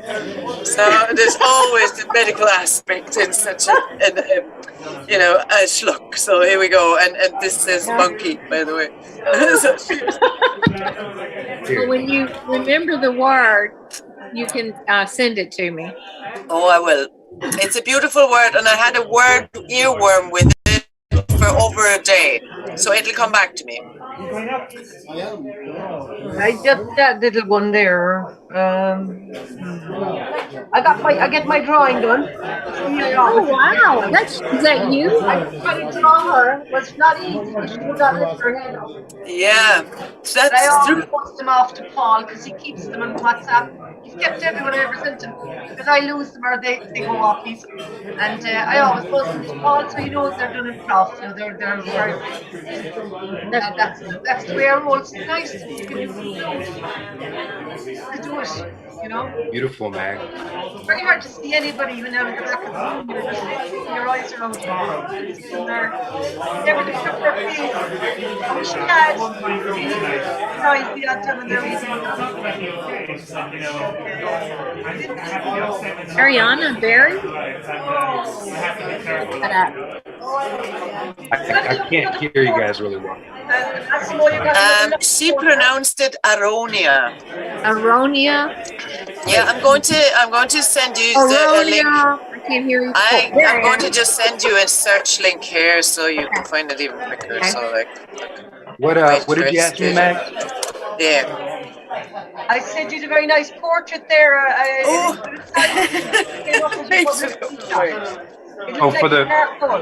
For the 5 words, you mean? No, you had a portrait of yourself for your the portrait. Yeah. Your photograph for your publicity. It was a lovely one. It was actually a live drawing that I sat for. They have a portrait. Paul wants our names. Who wants to go forward for 5 words? They want our names, please. The open mic. Brendan, do yours again because I think it's gotten lost, and then I'll put mine in. The open mic listing. I hate going first, you know, but I would but I could never miss this song because I did it last year and Scully asked me to sing that one tonight. She said sing that. But I hate going already done. Maybe I'll do it. I want to go a little later. When someone else puts their name forward. Well, there's 2 names forward, and Brendan, Brendan, do yours again. Yeah, Brendan, go put it again because he mightn't have seen it. And last, are you back with your poetry? It's earlier. Are you meeting in the pubs and have your poetry groups or your coffee house poetry sessions in Philadelphia? So in Philly, yeah, things are becoming live again and in person. So that's been really wonderful because that's where I'm most comfortable. And yeah, it's really wonderful. It's really, and Zoom, this has been great through Zoom. So that was kind of cool because I wouldn't have imagined that I'd enjoy Zoom as much as I did. And coming to Avail was, probably the biggest part of me enjoying it so much. You know, I actually forgot to go in tonight, and I just didn't feel any chagrin. But when I see them, then I can say there's certainly kind of a group tea when you're in the room. You get a kind of energy, all right. Yeah. But it's just so satisfying to Zoom. You get a very good experience of the whole atmosphere and the vibe and people's Yeah. reactions. Yeah, for sure. It's nice because you don't see people well. It's nice to see people come on the gang. Yeah, and you can hear more than one thing at a time, you know, and like people respond in real time. You're right, it makes it easier. You're not looking at yourself. Actually, Conor usually writes short stories, but I thought he'd got enough poems there tonight. I hadn't heard anything so sensitive. I'm listening to Conor from 2012. But he usually reads his kind of peppy, cabin-based short stories, Untitled Chapter and Lambo. But he did a lot of love stuff there tonight now, and it's a different side of him. Okay. The characters. Did you understand his accent, Massimo? You know, I understand the accents pretty well, but I still have to listen a little harder sometimes. Yeah. How about you, Pam? Say that again. How about you, Pam? Dialect, I can't hear you. He can understand you. Oh yeah, I can understand you. Yeah. Brendan, can you hear me? Thumbs up if you can hear me. Yes, I can. Yeah. Okay. If they call on me and they have not called on you, do you want to go ahead of me? Yes, if you don't mind, I need to be up very early tomorrow. It's my wife is astonished at how late people stay up in Cork. How about since everybody's here right now, whoever gets called first, we'll defer to Brendan. You want to do that? Yeah. So that you can get on with your Yeah. admin? So we don't have to go first. Okay. You're very kind. It's all right. I won't delay you long. No. Take your time. And Brendan, where are you living yourself? Do you mind me asking? No, we're in London, in Wimbledon. Oh, lovely.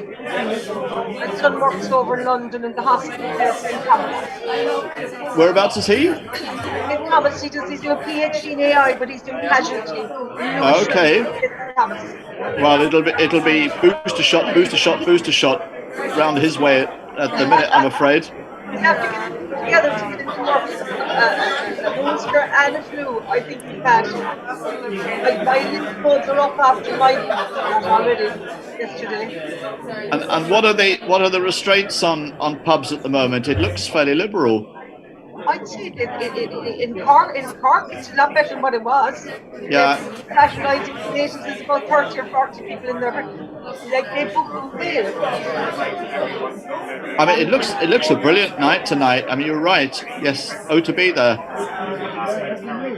Is there a nice club scene in like in the way sometimes it can be twee in London that everyone goes home after their 2 or 3 drinks, and there's kind of much more of an earlier night thing. Very correct drinking habits. I'm not sure about correct. Yeah. Oh, no, when we're in Cork and we can actually get along to a Vale, then to stay up late is fabulous. But yeah, I can't do 11:30 here, I'm afraid. I really enjoy. Sorry. I really enjoyed your piece, Brendan. It's Martha here. Sorry. Oh, right. Hi, Martha. People. Hi.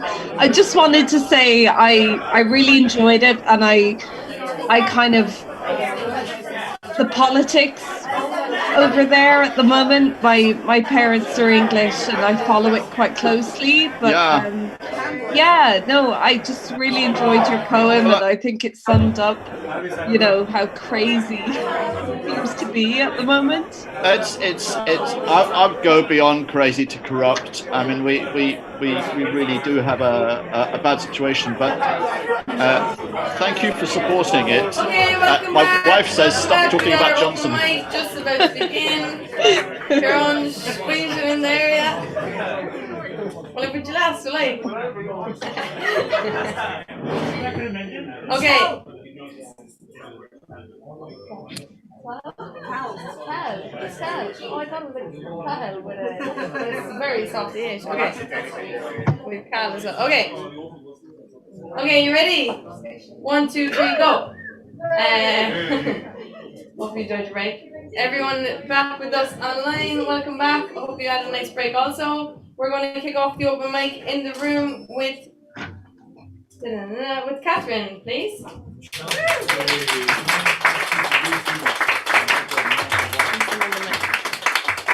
And we have our antibacterial wipes for the open mic if you would like to. Antiviral. Yes. Okay.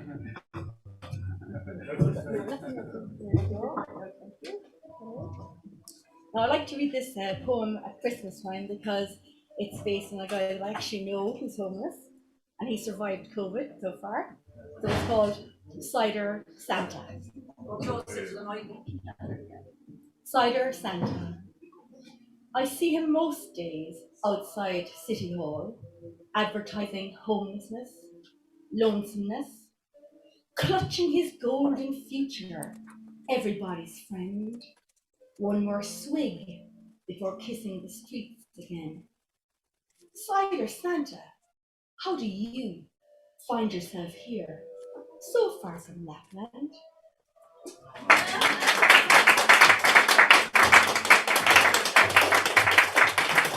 Thanks, Catherine, our Fiverr Challenge winner tonight.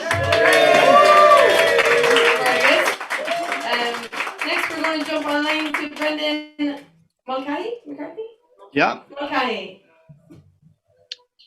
Hi, thank you. Remind me of your name?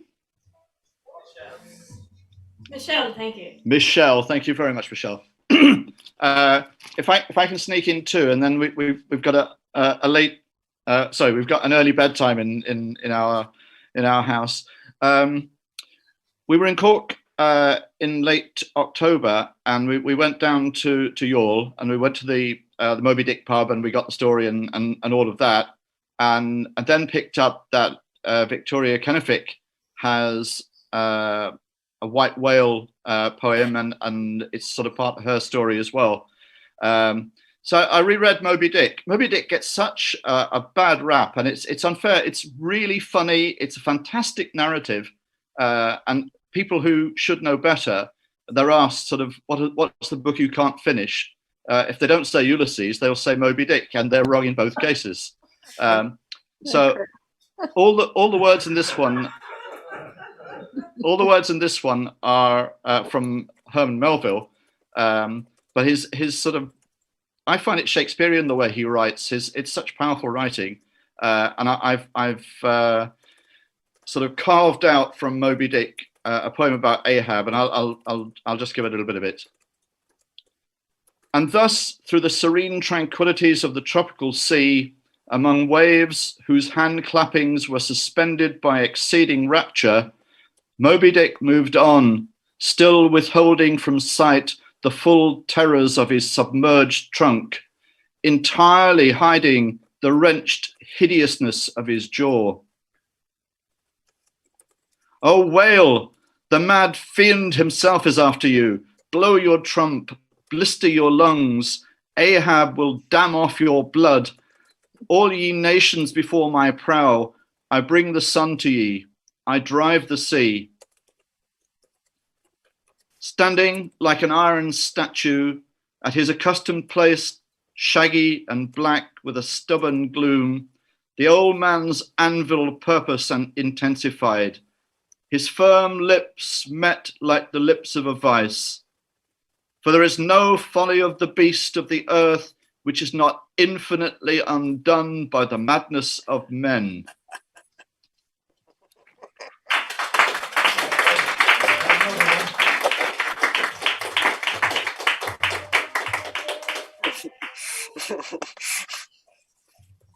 Thanks, Brennan.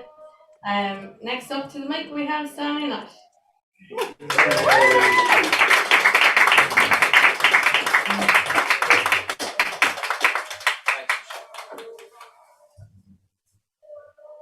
I do two? They're short enough, or is it just 1-1? Is it 1-1 or can we do two? I'll do one and then you can throw me off the mic.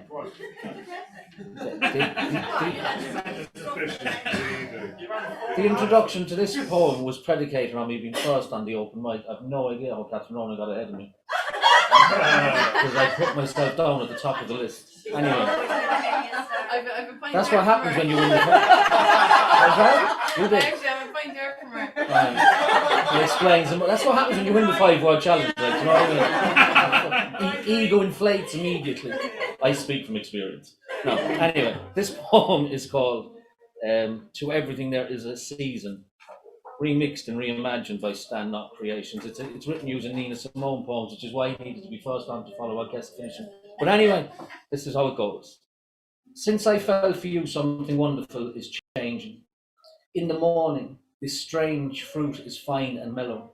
In the dark middle of the night, images of compassion love me, leave me feeling good, like lilac wine in summertime, or the high priestess of soul making music for lovers, under the lowest pastel blue moon over Alabama.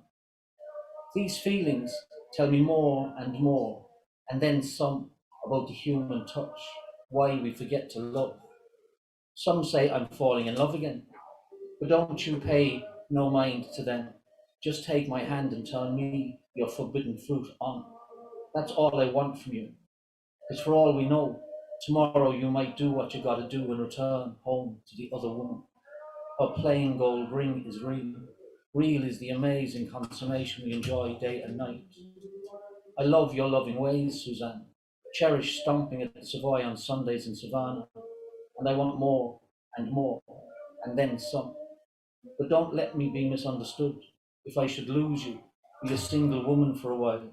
No willow will weep for me, because I'm young, gifted, and black, and that's something to live for.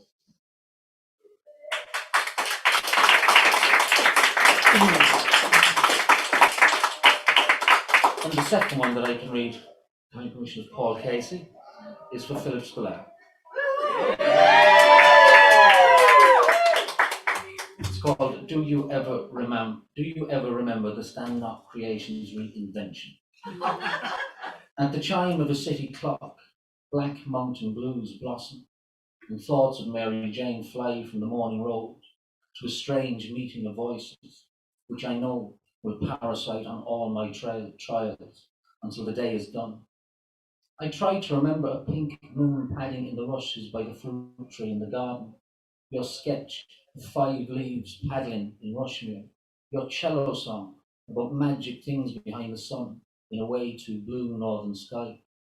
But time has told me tomorrow is a long time from the morning chime of a city clock.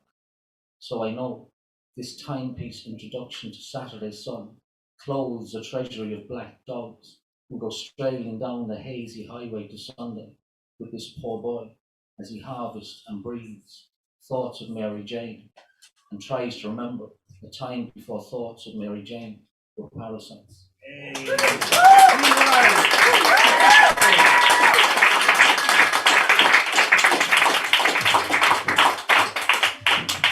Stand no hard feelings. Can we get Mary O'Connell to the mic next, please?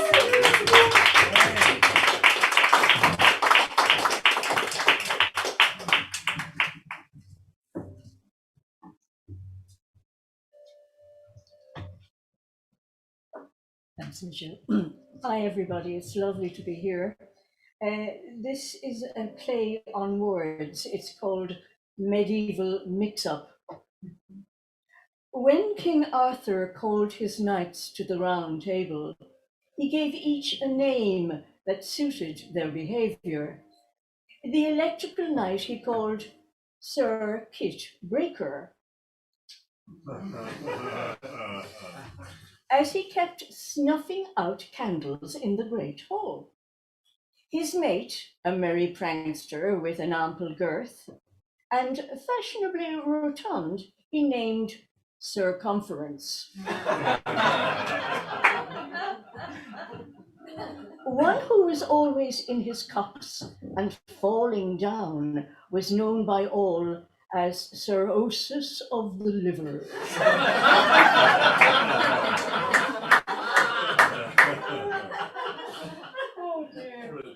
The knight who kept running amok annoyed the king, who called him circumstances beyond his control. A poor fellow who fared badly during tournaments. Fearing for his life, he named Sir End of Pity. The ill-tempered knight, who was constantly frowning, caused the king to address him as surly bastard. Sir Launcelot became front-page news in the Lancet when he called circumcision a bloody rip-off.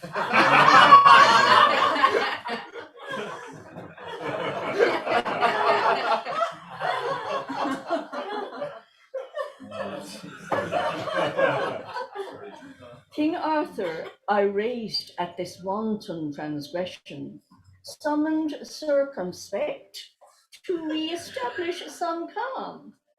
He succeeded at last, but Circumlocution gave a speech so long-winded they all fell asleep.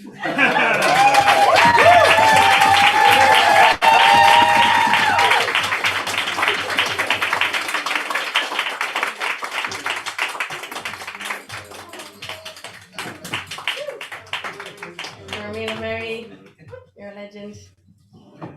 We are going to, let's jump online now to Carl Holden. Ready to go? Hi guys.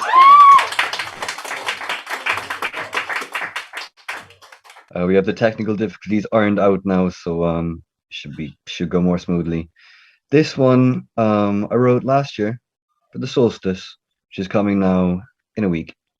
It doesn't have a name. I haven't opened it up in a while, but here it is. Evening eats the flowers. Day returns them woken. So slip into the night with petals open. Still be wary. You must love your dragons. They will devour you or empower you. My wishbone was broken by my wish of mending. I passed long seasons healing, hurting and remembering before my wish was granted, and my spirit taught me wisdom. Vision healer, look here above the ranges, to the mist like Himalayas. I can see St. Peter's and St. Finbar's between Mount Eagle and Slievenbrainan. You are sprung from earth and river. You are silver from the mountain. And all that you'll find up here is the head you kept your clouds in, clear and open. For first light was spoken. The breaking wheels are broken. Love is the word that made you. Return before you're made to. The darkness before dawning, you are arranged as is the chorus of the birds in early morning. Dress in day, for you are waking. I am dowsing, I am calling. My heart comes back from drifting. I have come across a distance. I will cross or drown in the ocean of my mission, lover's purpose. I come for my fullness. I gathered light in darkness, bringing solstice to my madness, to behind me leave the underworld aglow with all my torches, so I may come and go as do the fish in flowing waters. So come now making light. Come be breathless after. It is always the beginning, and the stars are fresh with laughter, wash in their great river. It is for those who have suffered, as lightly as we'd have it when we tell ourselves to others, when the wind plays with your hair, does it ask for your forgiveness? Life is play, for death is in us. We are greater for the wisdom of its levy, though the heart deems the scales heavy. Apparatus, to thine own self be true. Incarnations as in tulips, as you wilt, so do. And do not weigh your feathers, but weave them to your wingtips. Love, rebirth, and solstice. Good morning. Happy Christmas.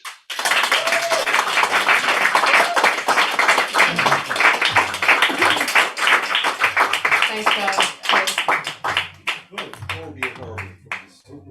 Going back to the room now to Philip Spillane, please.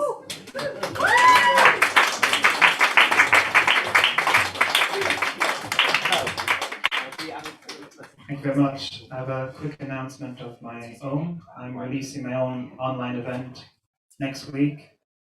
It has music, We have a few poetry films, one from Michelle's own poetry, and we have a poetry film for Cahill as well.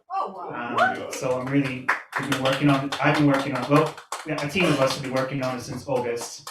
Sorry, it's been on my mind a lot, and I really would love if you can all tune in. And if not, it's going to be on YouTube forever afterwards. It's on out in the solstice. Keep an eye out. So. Oh yeah. What's it called? The Locked Out Collection. This will be issue 4. Oh. All right.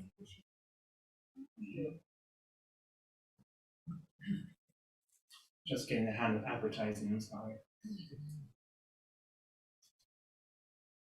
She slides velvet hands up my arms. Cold, silk, soft, scratching. Tangles her fingers up in mine. It tingles. The phallus murmurs. The drunken world spins. My head slumps on her shoulder. We are close together. Swim in the loud conversation of this party. Nothing more. I am not horny. Just hard. Together, trying to combine. At 2 a.m. I call a taxi to make sure she gets home okay. Then walk home alone, trying to find the difference between moonlight and street lamp.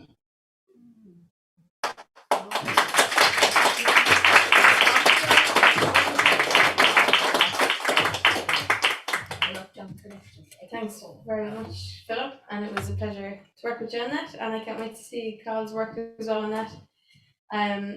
So we're going to keep it in the room now with Jim Kirkard next, please.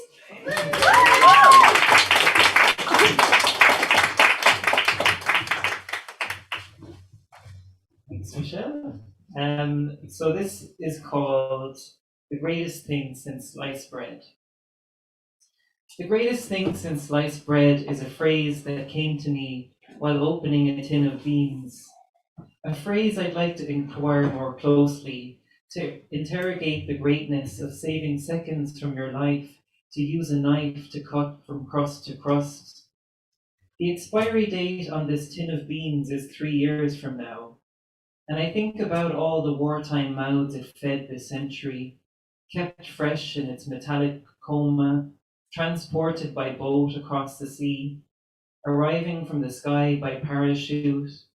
Now look again at sliced bread, saving seconds from your life to use a knife to cut from crust to crust. What if sliced bread was sent to war? Crushed in transit, moldy and blue. Think about the amount of crumbs arriving from the sky, arriving by parachute. Hungry soldiers dropping their guns and sticking out their tongues to taste the wheat-based snowflakes as they bloat before the enemy. How would the Bible read if they'd discovered sliced bread? Jesus took the sliced pan, opened it, left it for his disciples and said, "Take this, all of you, and make your own sandwiches."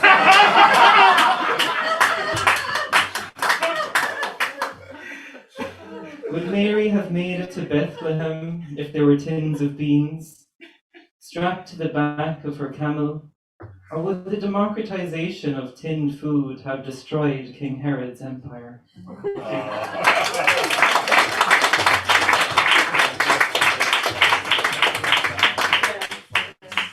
Thanks, Jim. Nice Christmassy one there. Can we get Pam Campbell reading online for us next, please? Hey y'all. I'm going to be reading one of my poems from the Blue Mondays anthology, and it's birthed in a group led by Sue, and many people who are in the room and on the Zoom squares here with me are in this group. But the anthology is coming out before Christmas. It has 14 poets' work with drawings by Max Creedon, and it's going to have an official launch occurring in January. And I'm how'd I do, Sue? Okay, here we go. The title of my poem is No. No hesitated on my tongue stumbled into a disguised yes way too many times, yesing me into nothingness. No is a complete sentence, says Anne Lamott, Oprah, and my friend Leon. No, they say, needs no justification, no explanation, clouding its meaning and position. These three lived into hardness and grew into their own well-loved skin. Yet the naysayers gather, grumbly grammarians claim that no cannot stand alone. They preach a holy trinity. A complete sentence requires a subject, a verb, and an object. I disagree. No determines, no decides, no stands alone, feet planted firm on her ground. I pulled newfound courage covered with no's over my second chance skin. Lots of them, a preamble to freedom, all standing alone. No's that simmered, no's that stewed, no's that were bold. Yet grammarians still drone. The shortest complete sentence in the English language is I am. But is not no holy? No is the bone of I am, its resilient, pliant boundary, allowing that which is good and true to thrive, and knowing away that which crushes. No is whispered by the broken. No is sung by the hopeful. No is the sweetest harmonic. No, no, no.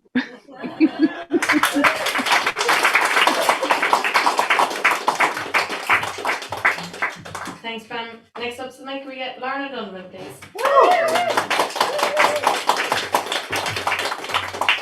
Thanks, Michelle. Okay, so this poem for two reasons. One, Tom McCarthy, the marvelous Irish poet, says, when you have writer's block, write about baking, and always included deer, so I'm 1 for 2 there. And two, as Cottle said earlier, you must love your dragons. So, baking with floor. Lo, I sit her down on the tear-soaked floor, under the rage-splattered walls of 1,000 square foot glass prison. First, I give stacking spoons, blue nested cups, a mixing bowl, then sugar, flour, water, butter. She redecorates while I bake to make motherhood tangible, a solid thing to put upon the scale to try and counterweigh my failure. She grows a little more, and then we both are on the floor, greasing tins, folding flour, cracking eggs with her, hand so light on top of mine. We stir together with 1 spoon, unless interrupted by me do. I watch her face, furious with concentration, lifting, pouring, powdering, slick with oil and butter. Her love is my ingredient.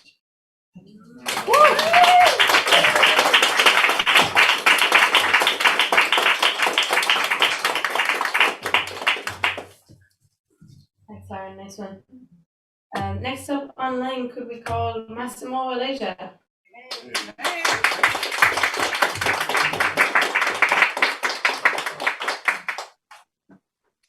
Always so happy to be here.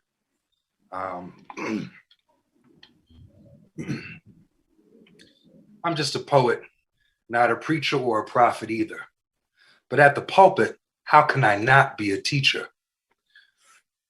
As far as your faith, I may be a non-believer, but that does not mean I am not a believer. The way that I believe is as a seer and a hearer and a toucher and a taster and a tester and a feeler and a lover and a hater and a herder and a healer. My experience is the final seal. Nothing's realer. Thoughts form forms through the names that I call them. Forms form thoughts through their shapes as I draw them.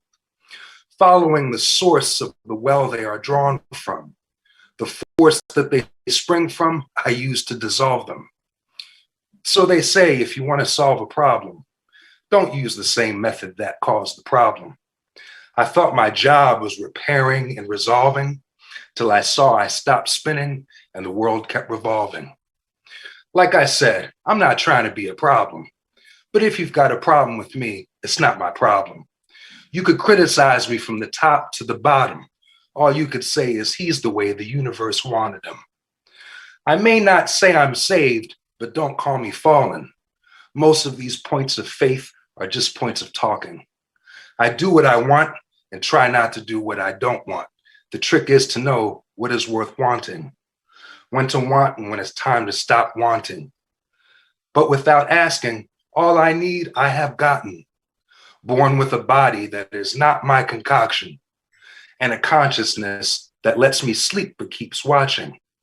Sometimes the thought can seem haunting, but instead let it be a comfort and be calming. It doesn't have to be some great truth for the dawning.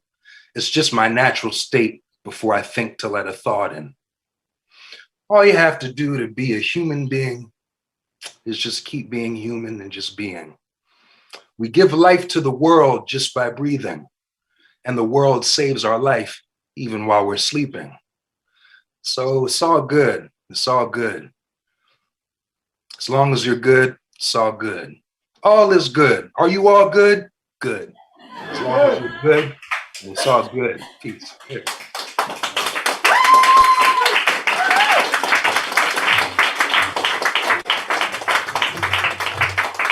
Thanks, Massimo. I think you were definitely one of the silver linings of lockdown, you know, finding each other. Thanks again. Oh, you made the whole pandemic beautiful for me. I shouldn't put it that way, but you really, it was a really special thing to connect with you all. So thank you for saying that. Yeah. Thanks, Massimo. Next up, we're back to the room with Bilal Mazam. See?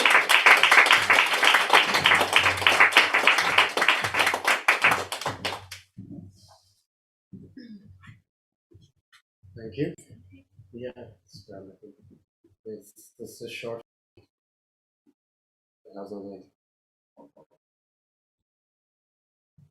Looking back suddenly, I'm full of regret. We never got to truly sail our sunset. I don't blame the advice of anyone else. I don't think I was wrong for choosing myself. But how many times can I push away destiny?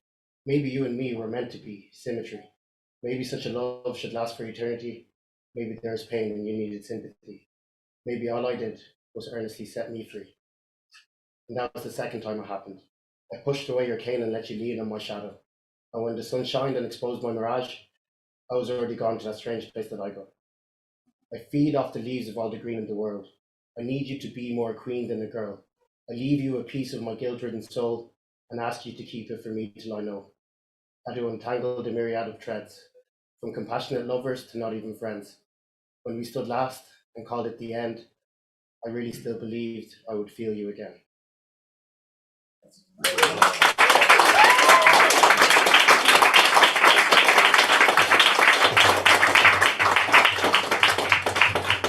Thanks, Bilal. I'm going to embarrass you now. Maybe I won't. I think last month was Bilal's first time on the mic, and he missed out on that applause. So let's give it to him now.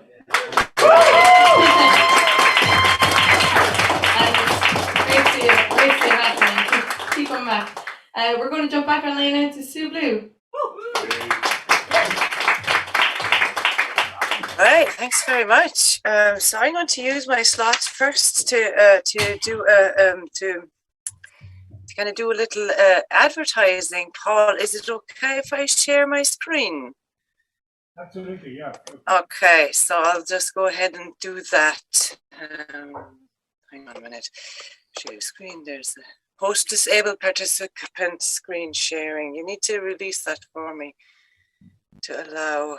I'll try again. Still disabled, Paul. So anyway, the plug that I want to put is about the book that Pam was already hinting to, because with the Blue Mondays writing group, we put together a little anthologies where 14 of us put poetry forward. So there's many of us here and in the room, and Mags has done a superb job drawing all of us and making a beautiful cover, and that's what I would like to share. This book is going to be self-published, and we're getting supported by Cork City Library, which we're very grateful for. Also, we are going to be supporting the Simon community with the proceeds of the book, 50% of it, and the Simon community is a homelessness support charity here in Cork, and it is very much needed in relation to the whole social situation of Cork since actually really the crash in 2008 and ongoing, but worse and worse.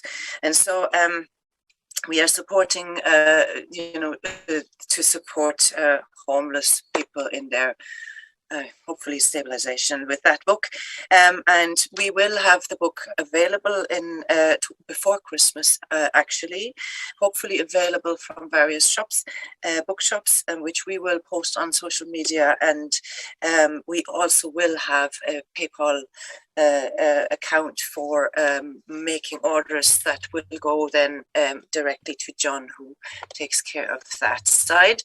So that would be lovely. I can try again maybe now to share the screen.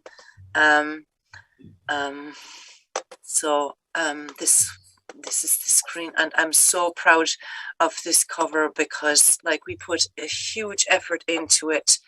Mags do that,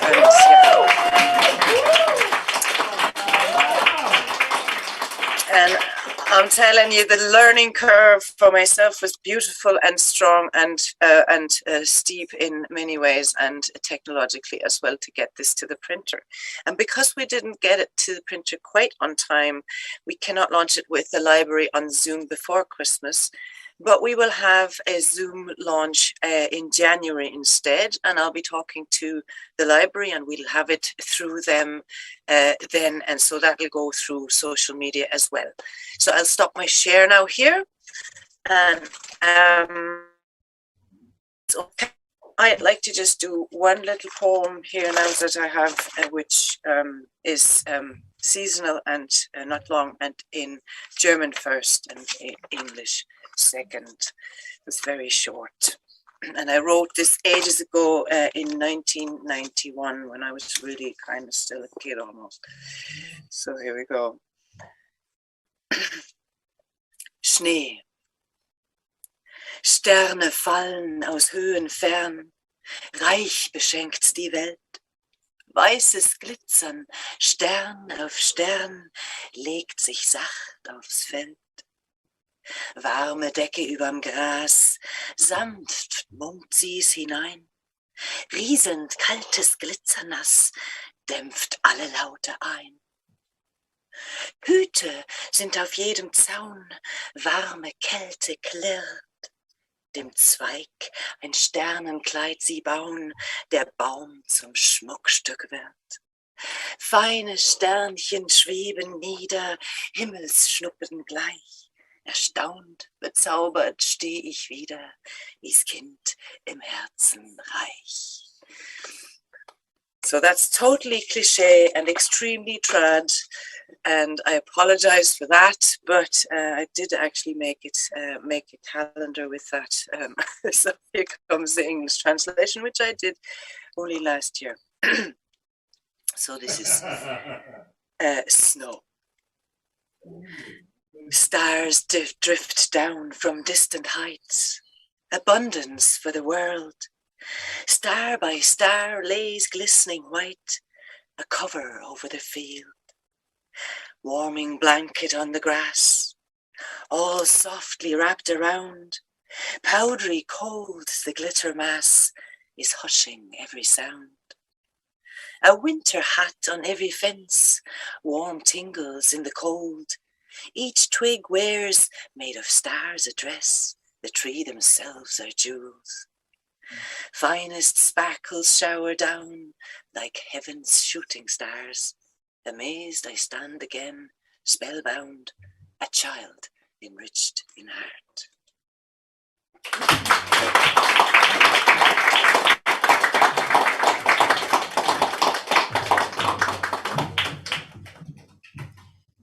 Sue Blue.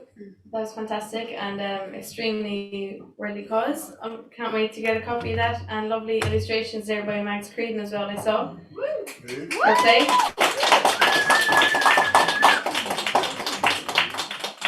Next up, Eeny, Meeny, Miny, Moe.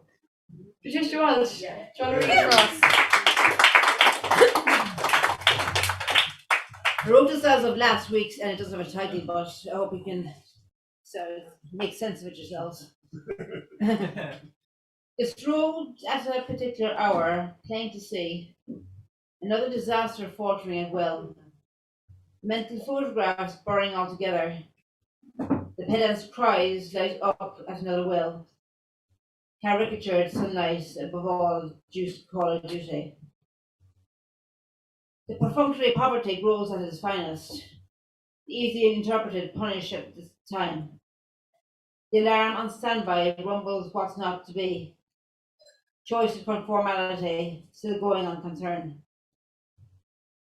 Growing through the cold, flippant application, no evidence of abuse at a given moment. The unwary quips running through a foyer, the policy of extermination sweeps like so. Gone into windy endeavours on stage. The necessity to talk, avoiding the crash, the closed denatured coming out to play. Finite dawdlings, engraving what's not to like. Another's handiwork peppered where a harmonic prey. Flick off the switches, close the doors. Mere catatonia cannot save you now. Rescue from a loop of infinite desire. Happiest where needed. Breaking ranks again. A born virtuoso, running in tandem with sight. Thanks.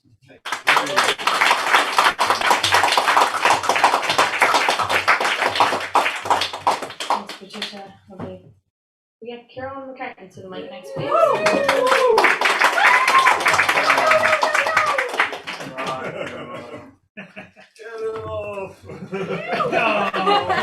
You're lovely then. Go on, Ray. Yeah, savage evening, lads. It's so nice to just to hear your words. This is new enough.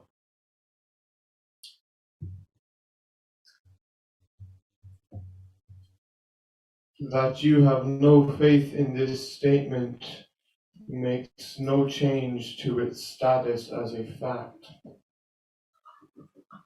That you once lacked patience does not justify your lateness to react. Though its effects are latent, they don't shade the blatance of its impact.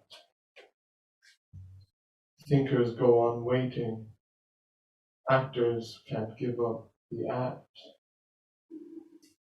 The trapped were found escaping, and they are wondering which way is west. Though I have never been there, I'm quite sure that I'll like that place the best. I heard there's good life in the making, easy passes for easy tests. Better times, better prepare. Hardship, you can be my guest. Where days begin in safety and end with welcome rest. Only passion enslaves me, and curiosity holds me to her breast. Where silence doesn't shape me, commentary fast and loose. Thoughts and words in tandem stated with reckless abandon, whose expression has nothing to lose. Thank you.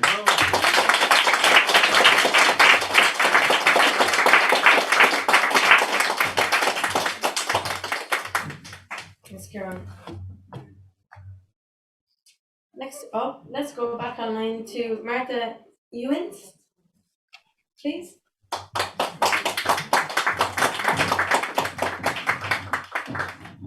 Hi. Thank you. So this poem is called Sore Head. Get me out of here.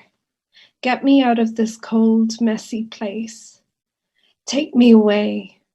Somewhere nice where people understand, where there are no Marthas, don't be angries, no Martha, don't be goods, no Martha, are you highs, are you lows, are you wells?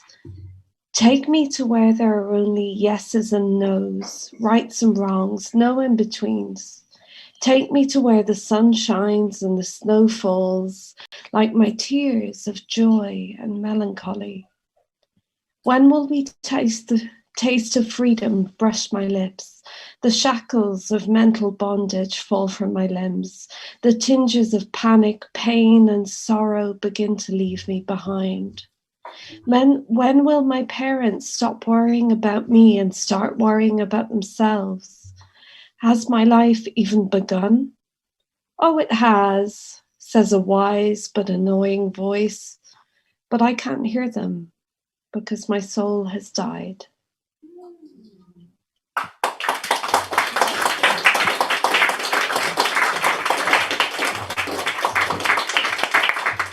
Thank you so much. Next up, we're back to the room with Cal McGuire, please.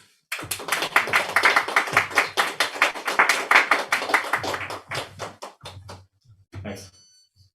Reservoir. There is a cloud above me, blushing mundane. Demure and Damoclean, a tempest that ferments only in threats of rain. It haunts my heels like a beaten shadow, a halo looped in a lonely orbit. It wields my release as lovers cling to broken bodies, as broken bodies cling to love. I beg it burst and bequeath its blood, obsidian drops kissing wrists and leaping from fingertips, bathing me in melancholy, so I too may break within it, and break again, just as waves weave themselves, multitude of mass to be cast against the cliff, leviathans brought low and disparate, fractures flee to flow again. I will see myself in its dissolution, infinitely reborn in the shards of every tear. Thank you.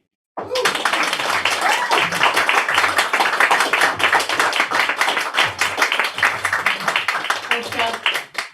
Next up, back online, we have Max Creighton.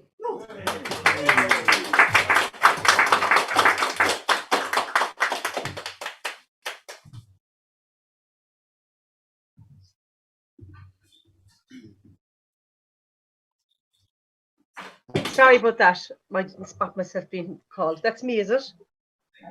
Yeah. Yeah. Okay. Sorry about that. I didn't want to hold it up. Right. I suppose I just want to do a short piece there. Colm told me to sing this song, so blame Colm. I suppose I come from the parish of Lera, Eileen Dovey Connell and Marabui Lera, and they did sing their poems, so I'm quite proud to break into song. But I just want to start this one. It's a piece based on when I can't sleep, I tend to come down and I always watch France Lancaster or CNN. There's always these bulletins. So just to it'll tie in with the oldest teenage refugee mom that there was. So sit in an ice-wet street, women and children first, in Brussels at the Petit Chateau. To break the day, they bring soup, puff jackets and coats, barely shift, sleep with night creatures to keep their place. He tells them stay in Mexico, wait for the MPP, migration protection protocols that don't call. The man has no choice but to reinstate the program for the stateless. Teenage girls at risk of being pregnant, a child bearing a child marriage, child abuse, when forced to flee their home alone. So that's why I wrote this piece last year for my godson's daughter. So I'll try and sing it there. So part Irish, I'm trying to translate for the Scots Gaelics.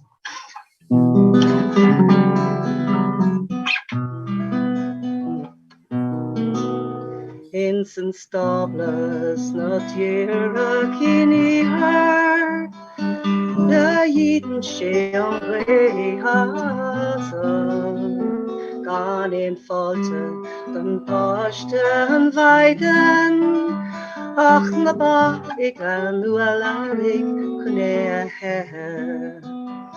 Geen kinol down don mach nu bra, don chedark in sundown le fan kun a ich. An riage dogach mahar an chénin on, geen luch, geen trill, de wachende blikende, as de lagan a tree kilver an store at a cussa.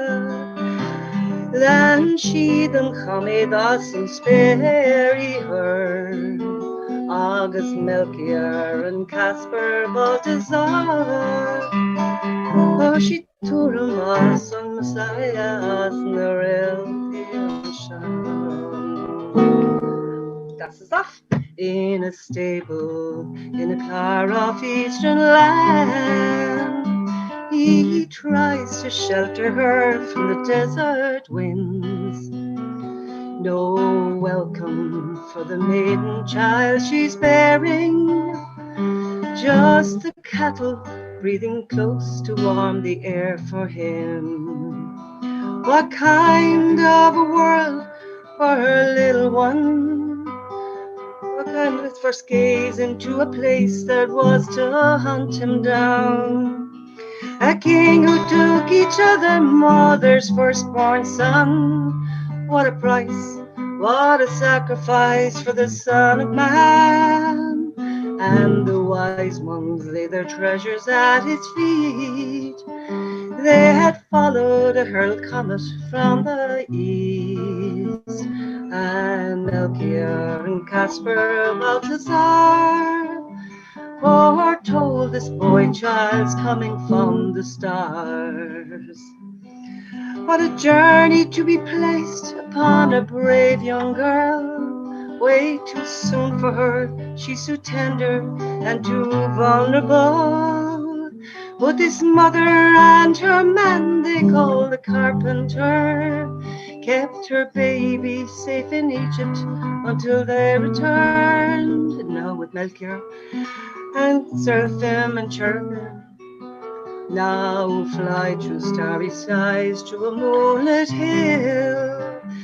Through the shepherds and the lambs and angels calls, Gloria in excelsis, Shalom al-Salam.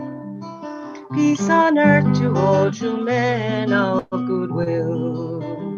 What kind of a world would it be for her today?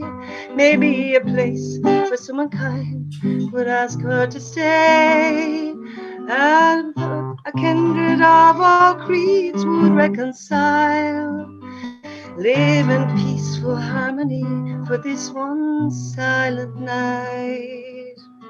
And now fly through starry skies to a moonlit hill, to the shepherds and the lambs and angel calls, Gloria in excelsis, Shalom al-Salam. Inoket, Shwaya Habibi. Peace on earth to all true men of goodwill. Peace on earth to all true men of goodwill.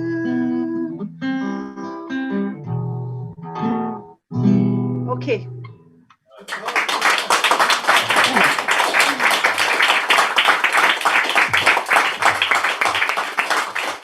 Thanks, Mags. That was a lovely lullaby there now. I have to wake myself up. We're going to keep it online now next with Augustina, if you're ready to read. Hi.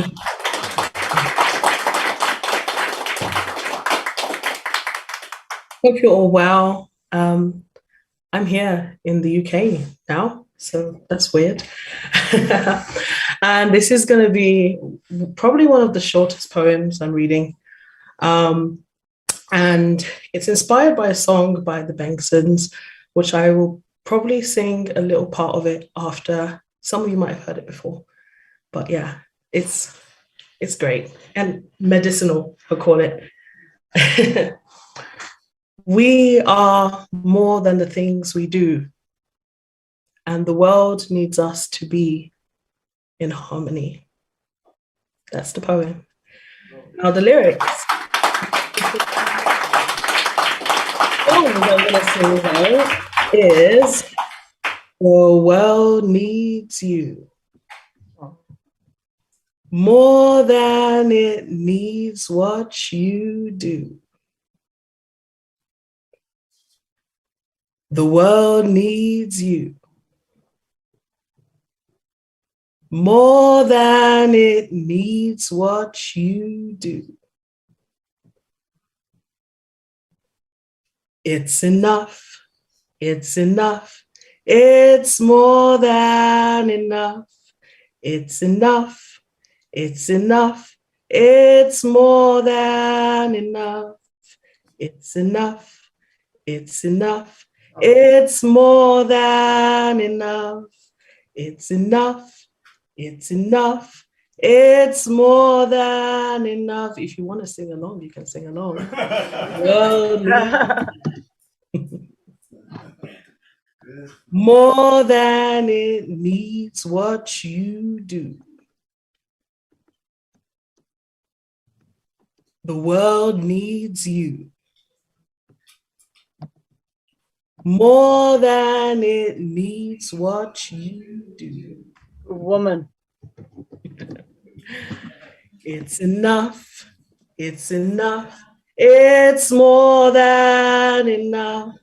It's enough, it's enough, it's more than enough.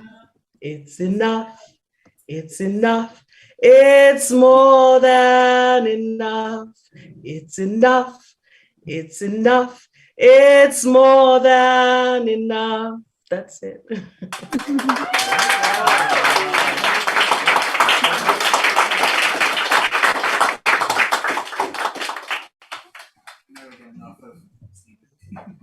No, Philip just said we'll never get enough of Augustina.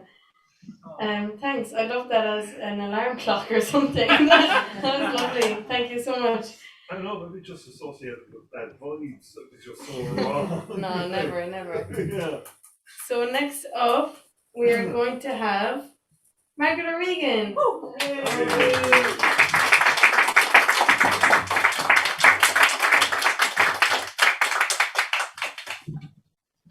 Thanks, Michelle.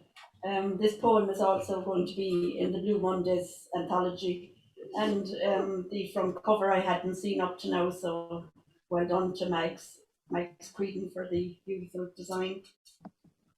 This is an acrostic poem, and it's called Love Undiluted.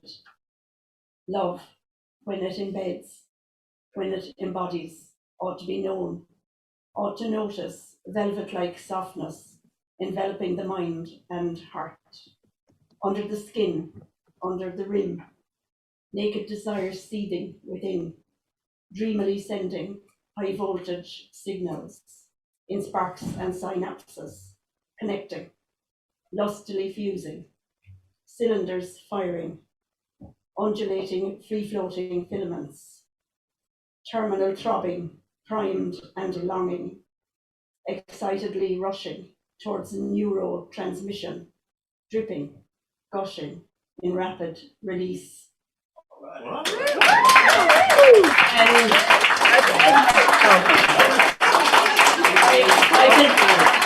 I can see Conor appreciating that. And Conor, I have a very short four-liner that you'll appreciate. It's lust or love, love or lust. Who the fuck cares why the feelings rage?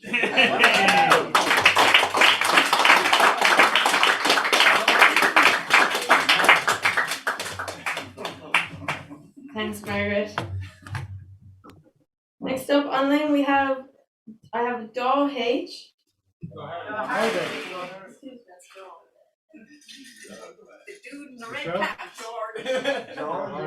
Doll Harding, excuse me. It's our old dog that comes here.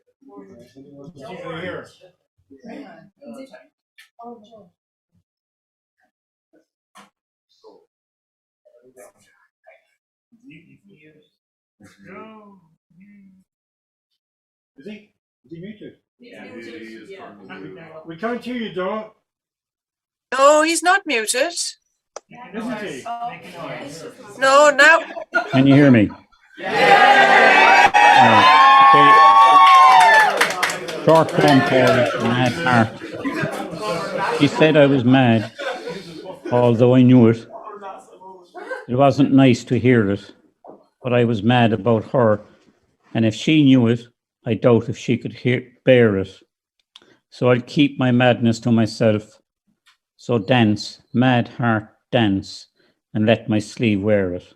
Thanks.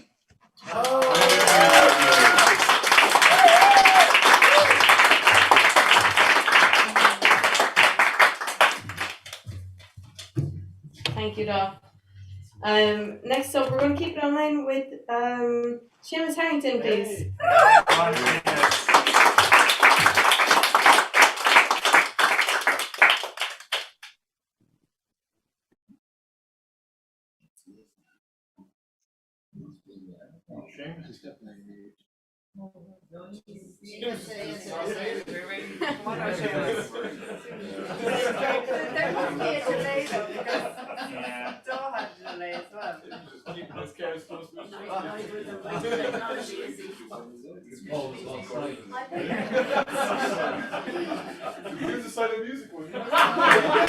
Who are we waiting for? Can you ask Seamus if he can hear us? Seamus, can you hear us? You're invited to read next on the open mic. Seamus Harrington. Yes, Seamus Harrington. Oh, sorry. Here we go.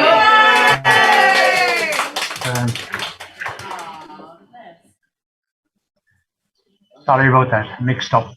Can I go back to last Tuesday? The pictures from the RTE News on Tuesday evening were taken from the top of this building, and so I dug this out then. It's called Open Day, and it's very hard to read. It's just the shape, but I'll try. I never read it before. Right. Open Day. A weather window at last. Into the doorway filters the trickle of feet. Eager shoals always in single file follow the leader step after step in lemming-like incremental stages, a seep of osmosis percolating up the granite stem. The group's rear guard admires the flat cam, seals slip away to seaward, red handrails, steps chiseled into rock under ominous gantries and derricks, white storm rooms, storehouses, generations of generators, concrete paths, whitewashed, past that heliport, perched on a flat cliff edge, fortified windows flicker in guana sunshine, onward and upward in stratified layers, parabola of Lilliputians, a helical spiral of concentric circles, as each course of stonework narrows toward the waist of the rising sentinel, daylight slits into musky paint and saline spray, hazy smells cling to iron echoes that clang on the staircase at the top floor is reached. Peaceful lantern room, no click-clack of cogs, a burst of opulent optics, but the view stirs the leaders, a gasp of delight escapes over the balcony, and two gannets soar into the seascape, far away down the flight. Expectations elevate the troop, which leg to rest on, but the patient majority of us favor the left to match the widest part of the clockwise step.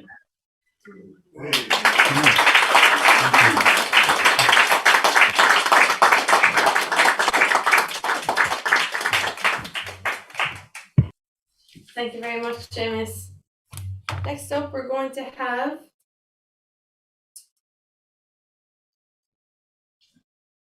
So now we're going to have Roisin Lagerbourne, please.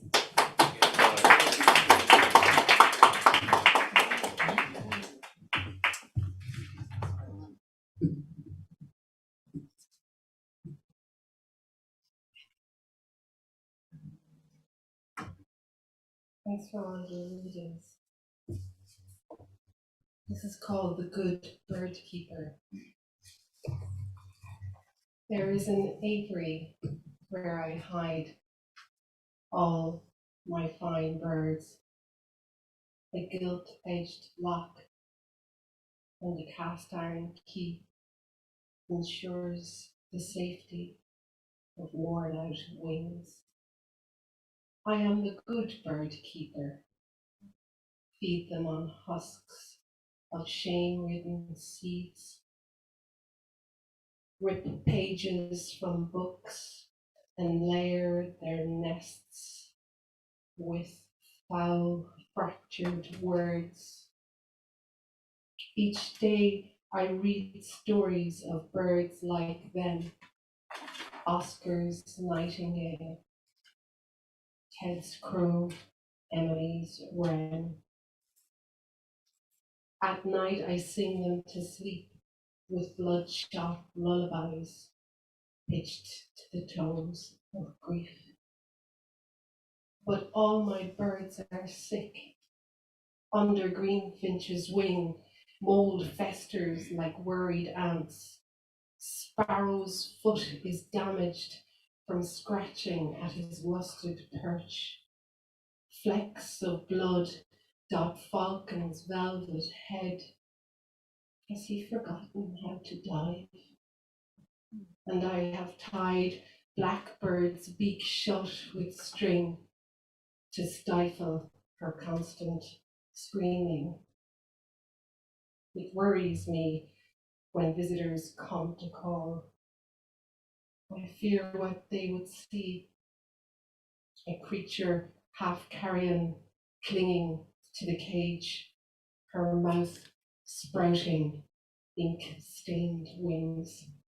Thanks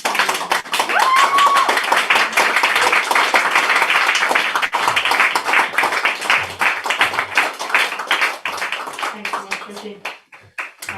Next up, we're going to have Alan Titley joining us online, please.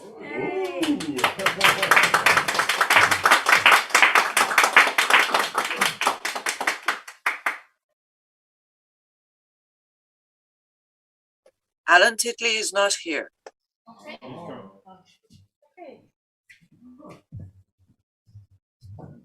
You all heard that. So to wrap up our night, it's none other than our very own Cozy Rosie O'Regan.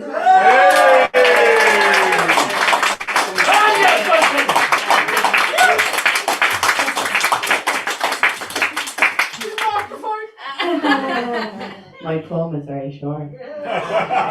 Very short. It is you, Susanna. I couldn't tell from the hat when I was sitting kind of like just to your shoulder. Susanna, do you have a poem? Do you have a poem? Do you want to read your poem? I'll go first and you come after me. Okay, right, brilliant. That's perfect.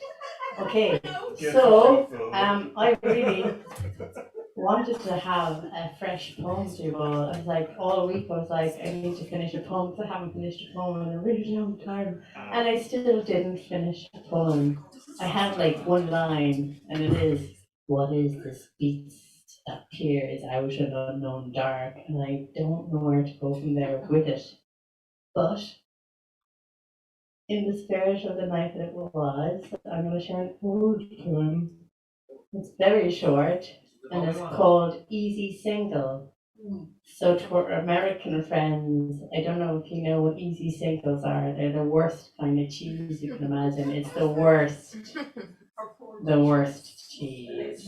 It's like plastic cheese. It's like when you put it under the fucking grill, it like there's still a film of plastic over it, and it's nasty. Right. Yeah, some people love it. Some people fucking love it. So, the title of my poem. Easy single. Easy single. Love sucks. I blow.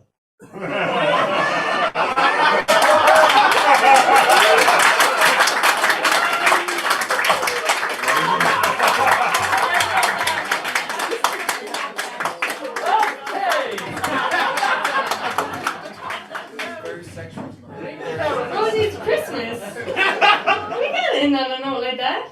Savannah, thank God you have some words for us.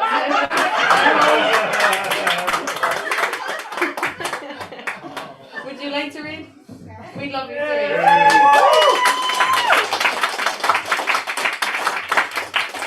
Okay, first of all, apologize with Paul because I just bumped into Catherine. She said to me, "Oh, there is a place free, so you can take my seat." So I didn't. So I apologize. That was very naughty, but I'm vaccinated anyway. So because Rosie read something about being single, I might just read my poem about being single. So let me.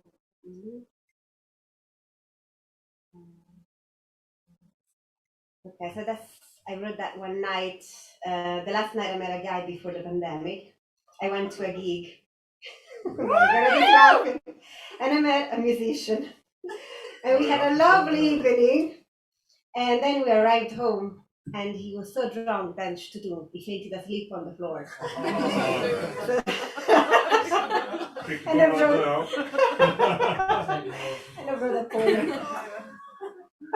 It's called Half Awake.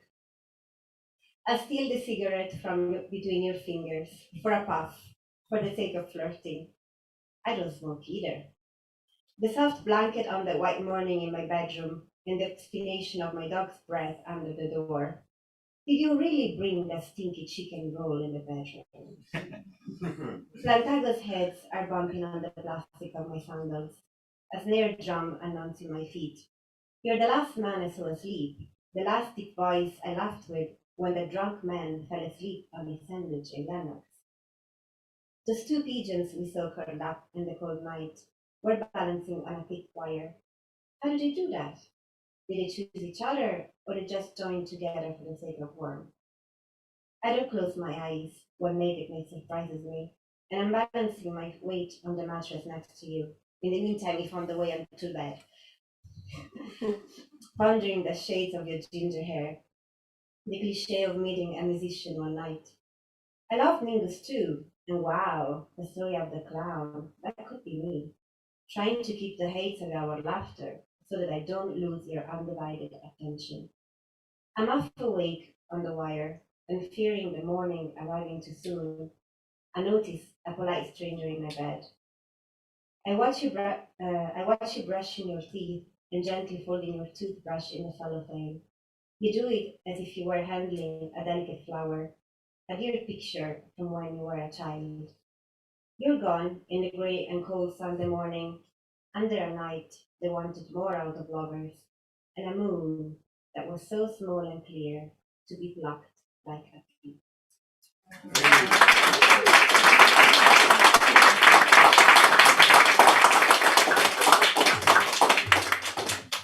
Thank you, Savannah.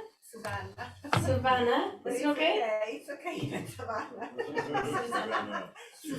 Susanna, it's Susanna. Oh, I'm so sorry. Thank you, Susanna. I just want to double check that we haven't missed anybody. Is there anyone that would like to read a poem here or online? Anybody? We're good. Okay, we're good. Guys, thank you so much for it's such a gorgeous night.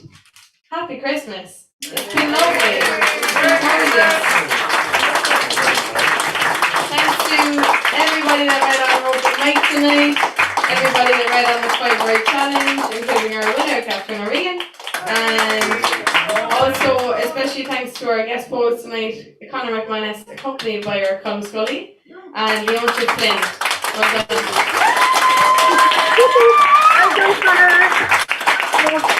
We are going to be back on the 10th, 11th, 12th. We're going to be back on the third Monday as usual, second Monday as usual of January. Back 10. The 10th. Yeah. Is it? Can I trust you? Yeah, you can. Okay. We're going to be back on the 10th of January, and our guest readers are going to be Mark Rainer and Massimo Elijah. So can't wait to see you all anyway. And have a really lovely time, whatever your plan is for the next few weeks, and during the Christmas and whatnot. So thank you all so much. I'll see you out in the street there for a chat. Good night. Good night, everyone in the room too. Bye.